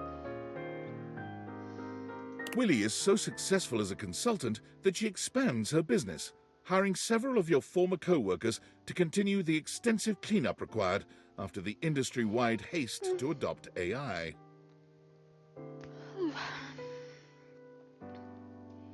There's a deep satisfaction in knowing that Willie is now turning the tables on both of your behalf. Maybe there is some justice in this world after all. Willie invites you on the vacation of a lifetime, all expenses paid, care of Valdivian. There's something healing about being on a romantic getaway and knowing the massive bill will be sent to the soulless corporation that fired both of you. Except, hold on, but I was made partner. Winifred is in the process of expanding the Hot and Heady franchise to a second location. She is looking for partners to invest, hopefully a throuple. Though the two of you have some very steamy nights together, you always welcome the chance for another to join in on the action. I know, right? Gwendolyn That's what I found was that she saying. was so good at discovering gossip that was true, she caught the attention of an intelligence service that shall not be named. She kept her TV show, but she also uncovered covert secrets. She's in talks for the rights to the movie dramatization of her life, though she's holding out for a better price for her bird friends. Zoe continues to love her life and her job as a paranormal facilitator. She's had a couple of close calls, but the majority of her ghostly clients are nervous, if ultimately grateful. Zoe is always happy to see you. Your house is, after all, the best place for miles to hold a successful séance. You do sometimes wish your house wasn't quite so haunted, but seeing Zoe makes it worth the bumps in the night. Skylar gets to work immediately on creating a new version of the Dateviators, one that everyone can use. The world seems to be full of these days of happy, realized people doing wild, magical things. Aww. Skylar visits you often for inspiration. She stares into your eyes deeply, gratified, saying that yours were the ones that made all of this possible. Your eyes. Kind, friendly, loving, but ultimately the ones who listened the most, who trusted the most, who felt the most, and who defeated David the most. Your eyes, those beautiful eyes, the eyes of a true hero. Through your power, we can see that there was love always around us.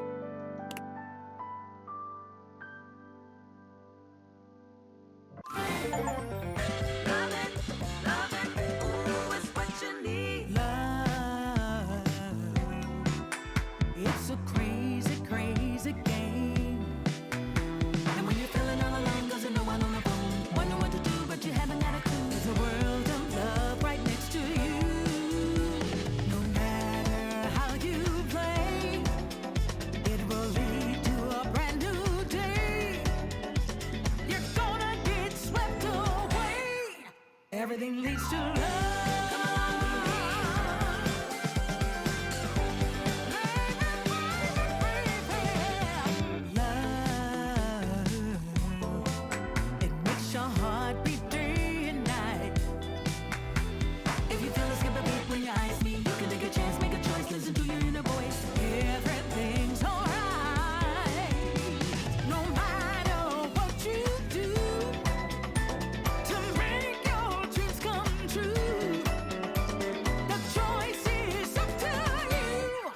Everything leads to love. Yep.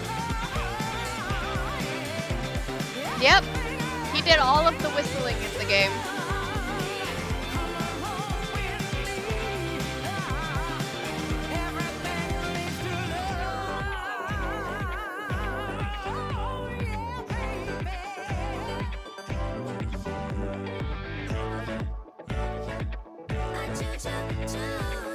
Yep.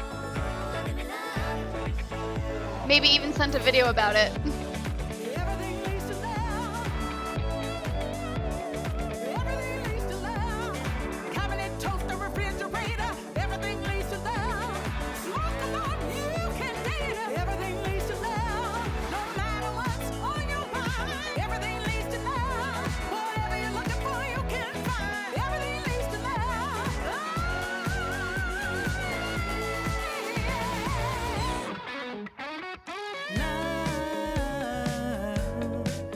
It's a crazy, crazy game. But no matter how you play, you're gonna get swept away.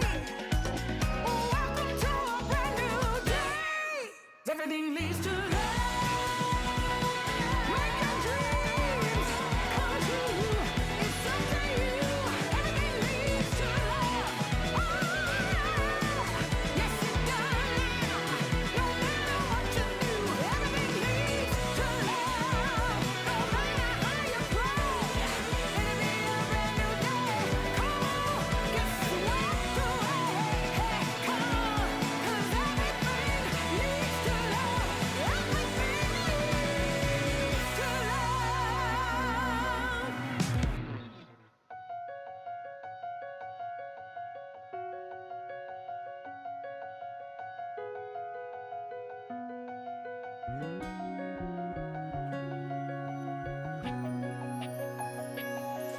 You can date everything. You can date everything that you can find. You can date everything. You can date everything that you can find.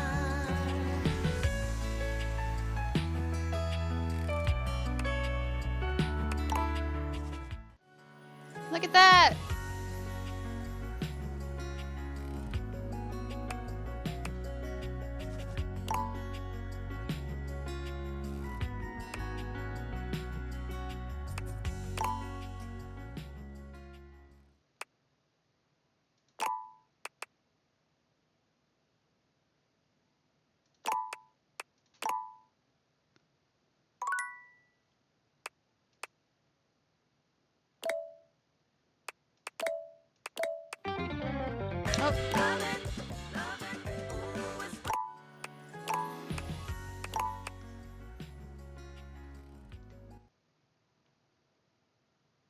Oh, that was the plan, Bells. That was the plan.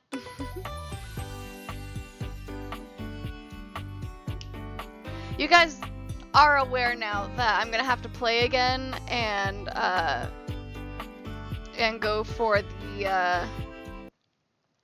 the love everything achievement. Like you guys know that now, right?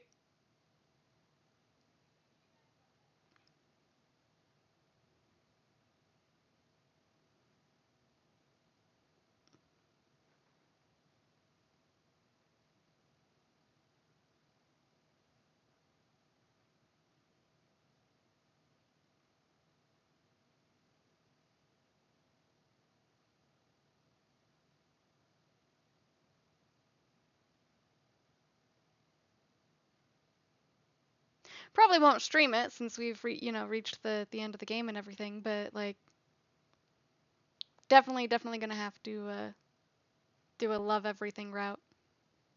Or what's it called? Mate everything, I think is what they called it. Mate everything. But and then next time I won't screw up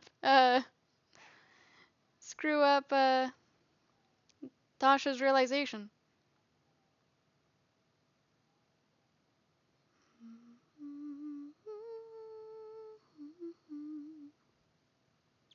Yeah, there's mate everything, relate everything, which is being friends with everybody, and the hate everything, which I don't think I could do. I don't think I could do that. I don't think I could do that.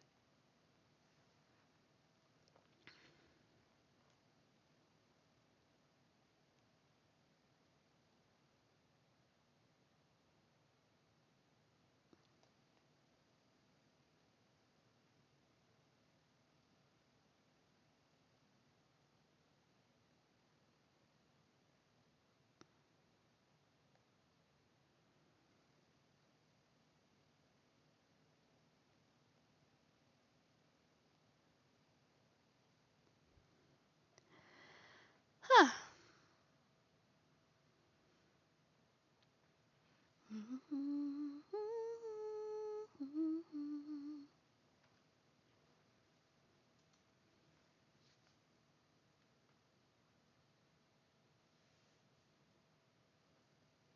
What?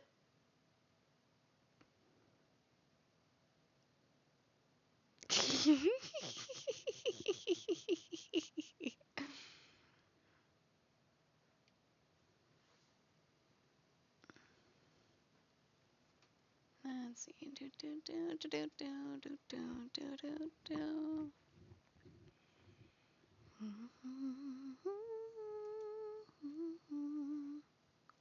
Can you guess what's stuck in my head now?